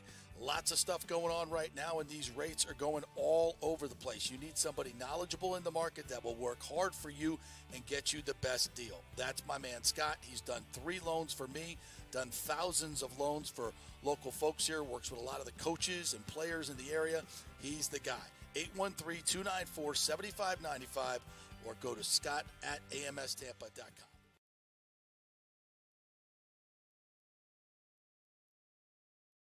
Pure sports. JP is back on. Welcome back. FanStream Sports. All right, welcome back. We got basketball tonight. We got some good games on tap. University of Miami will be playing Houston. That's 7:15 tip. 5 versus a 1. San Diego State and Alabama, number 1 overall seed, will kick it off at 6:30 against San Diego State. And then Princeton, the 15 seed against the Creighton Blue Jays at 9 o'clock, and then Xavier, Texas at 9:45. Where's North Carolina? Where's Duke? Where's the Blue Bloods? UCLA's out as of last night. Gonzaga. You had that last year. Yeah. You got that last year. I love it. I love these new teams. Love it. Absolutely love it. I think the ratings are higher for these Cinderellas anyway. Yeah. And I think NIL, I think a lot of people predicted NIL would just make the richer richer. I think we're starting to see that it's anybody can go out and pay players, and you can get good players, and you can win. I think I don't know I really need to study what's happening at FAU. That is like where they got their players, what they're doing with NIL. I mean, God, they have a 2,900 seat gym in Boca Raton. Maybe guys just wanted to go play at the beach. I don't know. Dusty May's a good coach, obviously, but he's got some good players. You don't win without good players. How did he get? Had they make the jump from 1915 to 34-3 in a year? Yeah, that's what I want to know. And then I think this is his first coaching job. And he was an assistant at Florida before. For 4 seasons, he was an assistant under, was it Mike White, right? Yeah, yeah. But what did Zimrot say the other day? Hire a coach at USF that has ties in Florida, that knows where the players are, that knows the high school coaches and can go get them. What is Dusty May? He was an assistant at Florida. Mm-hmm. He'd been recruiting the state of Florida for how long?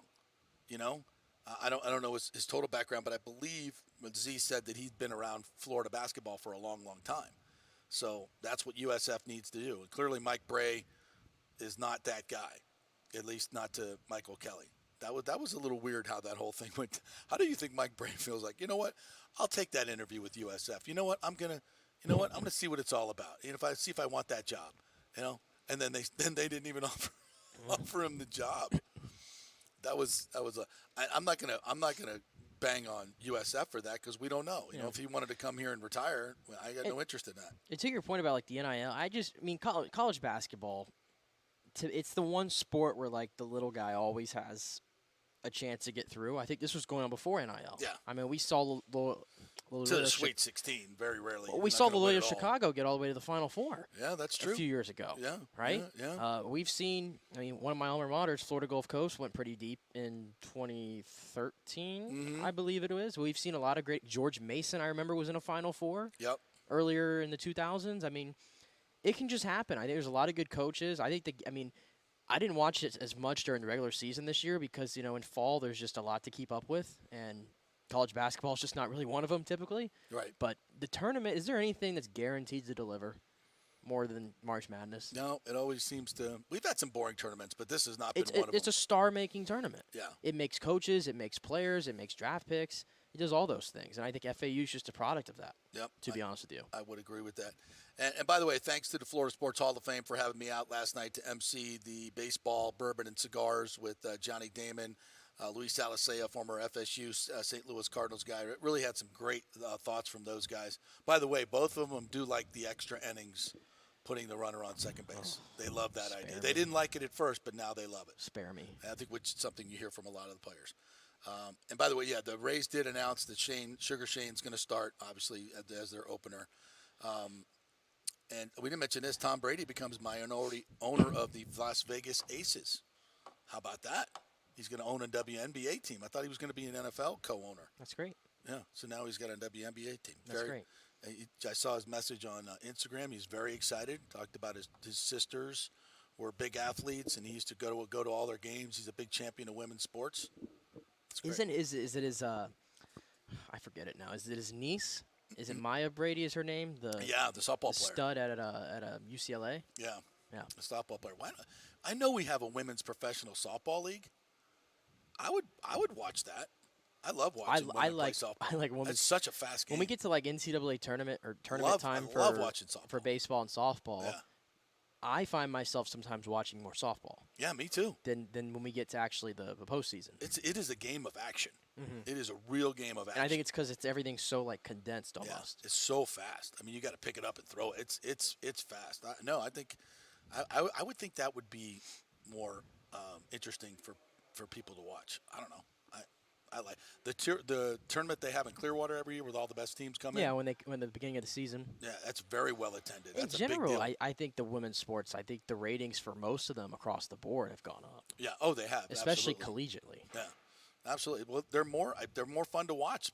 The players are better. Their players are better. They're faster. It's good. You know, women's golf, all of that. It's volleyball. It's fun to watch. I'm a big fan. I would rather watch that than some men's sports. No question about it. All right, that'll do it for this week. Fun to have you back, Nick. Appreciate that. Monday, we are going to be out at the Peter J. Mulry Foundation Golf Tournament. Nick will be here. I'll be out there, and we'll have some on-the-spot interviews there. Goose Gotch is going to play. A bunch of Tampa baseball folks will be there, so we'll have some guests for you on Monday. And then we'll head through the week and see what happens with the Bucks as we hit closer to the draft.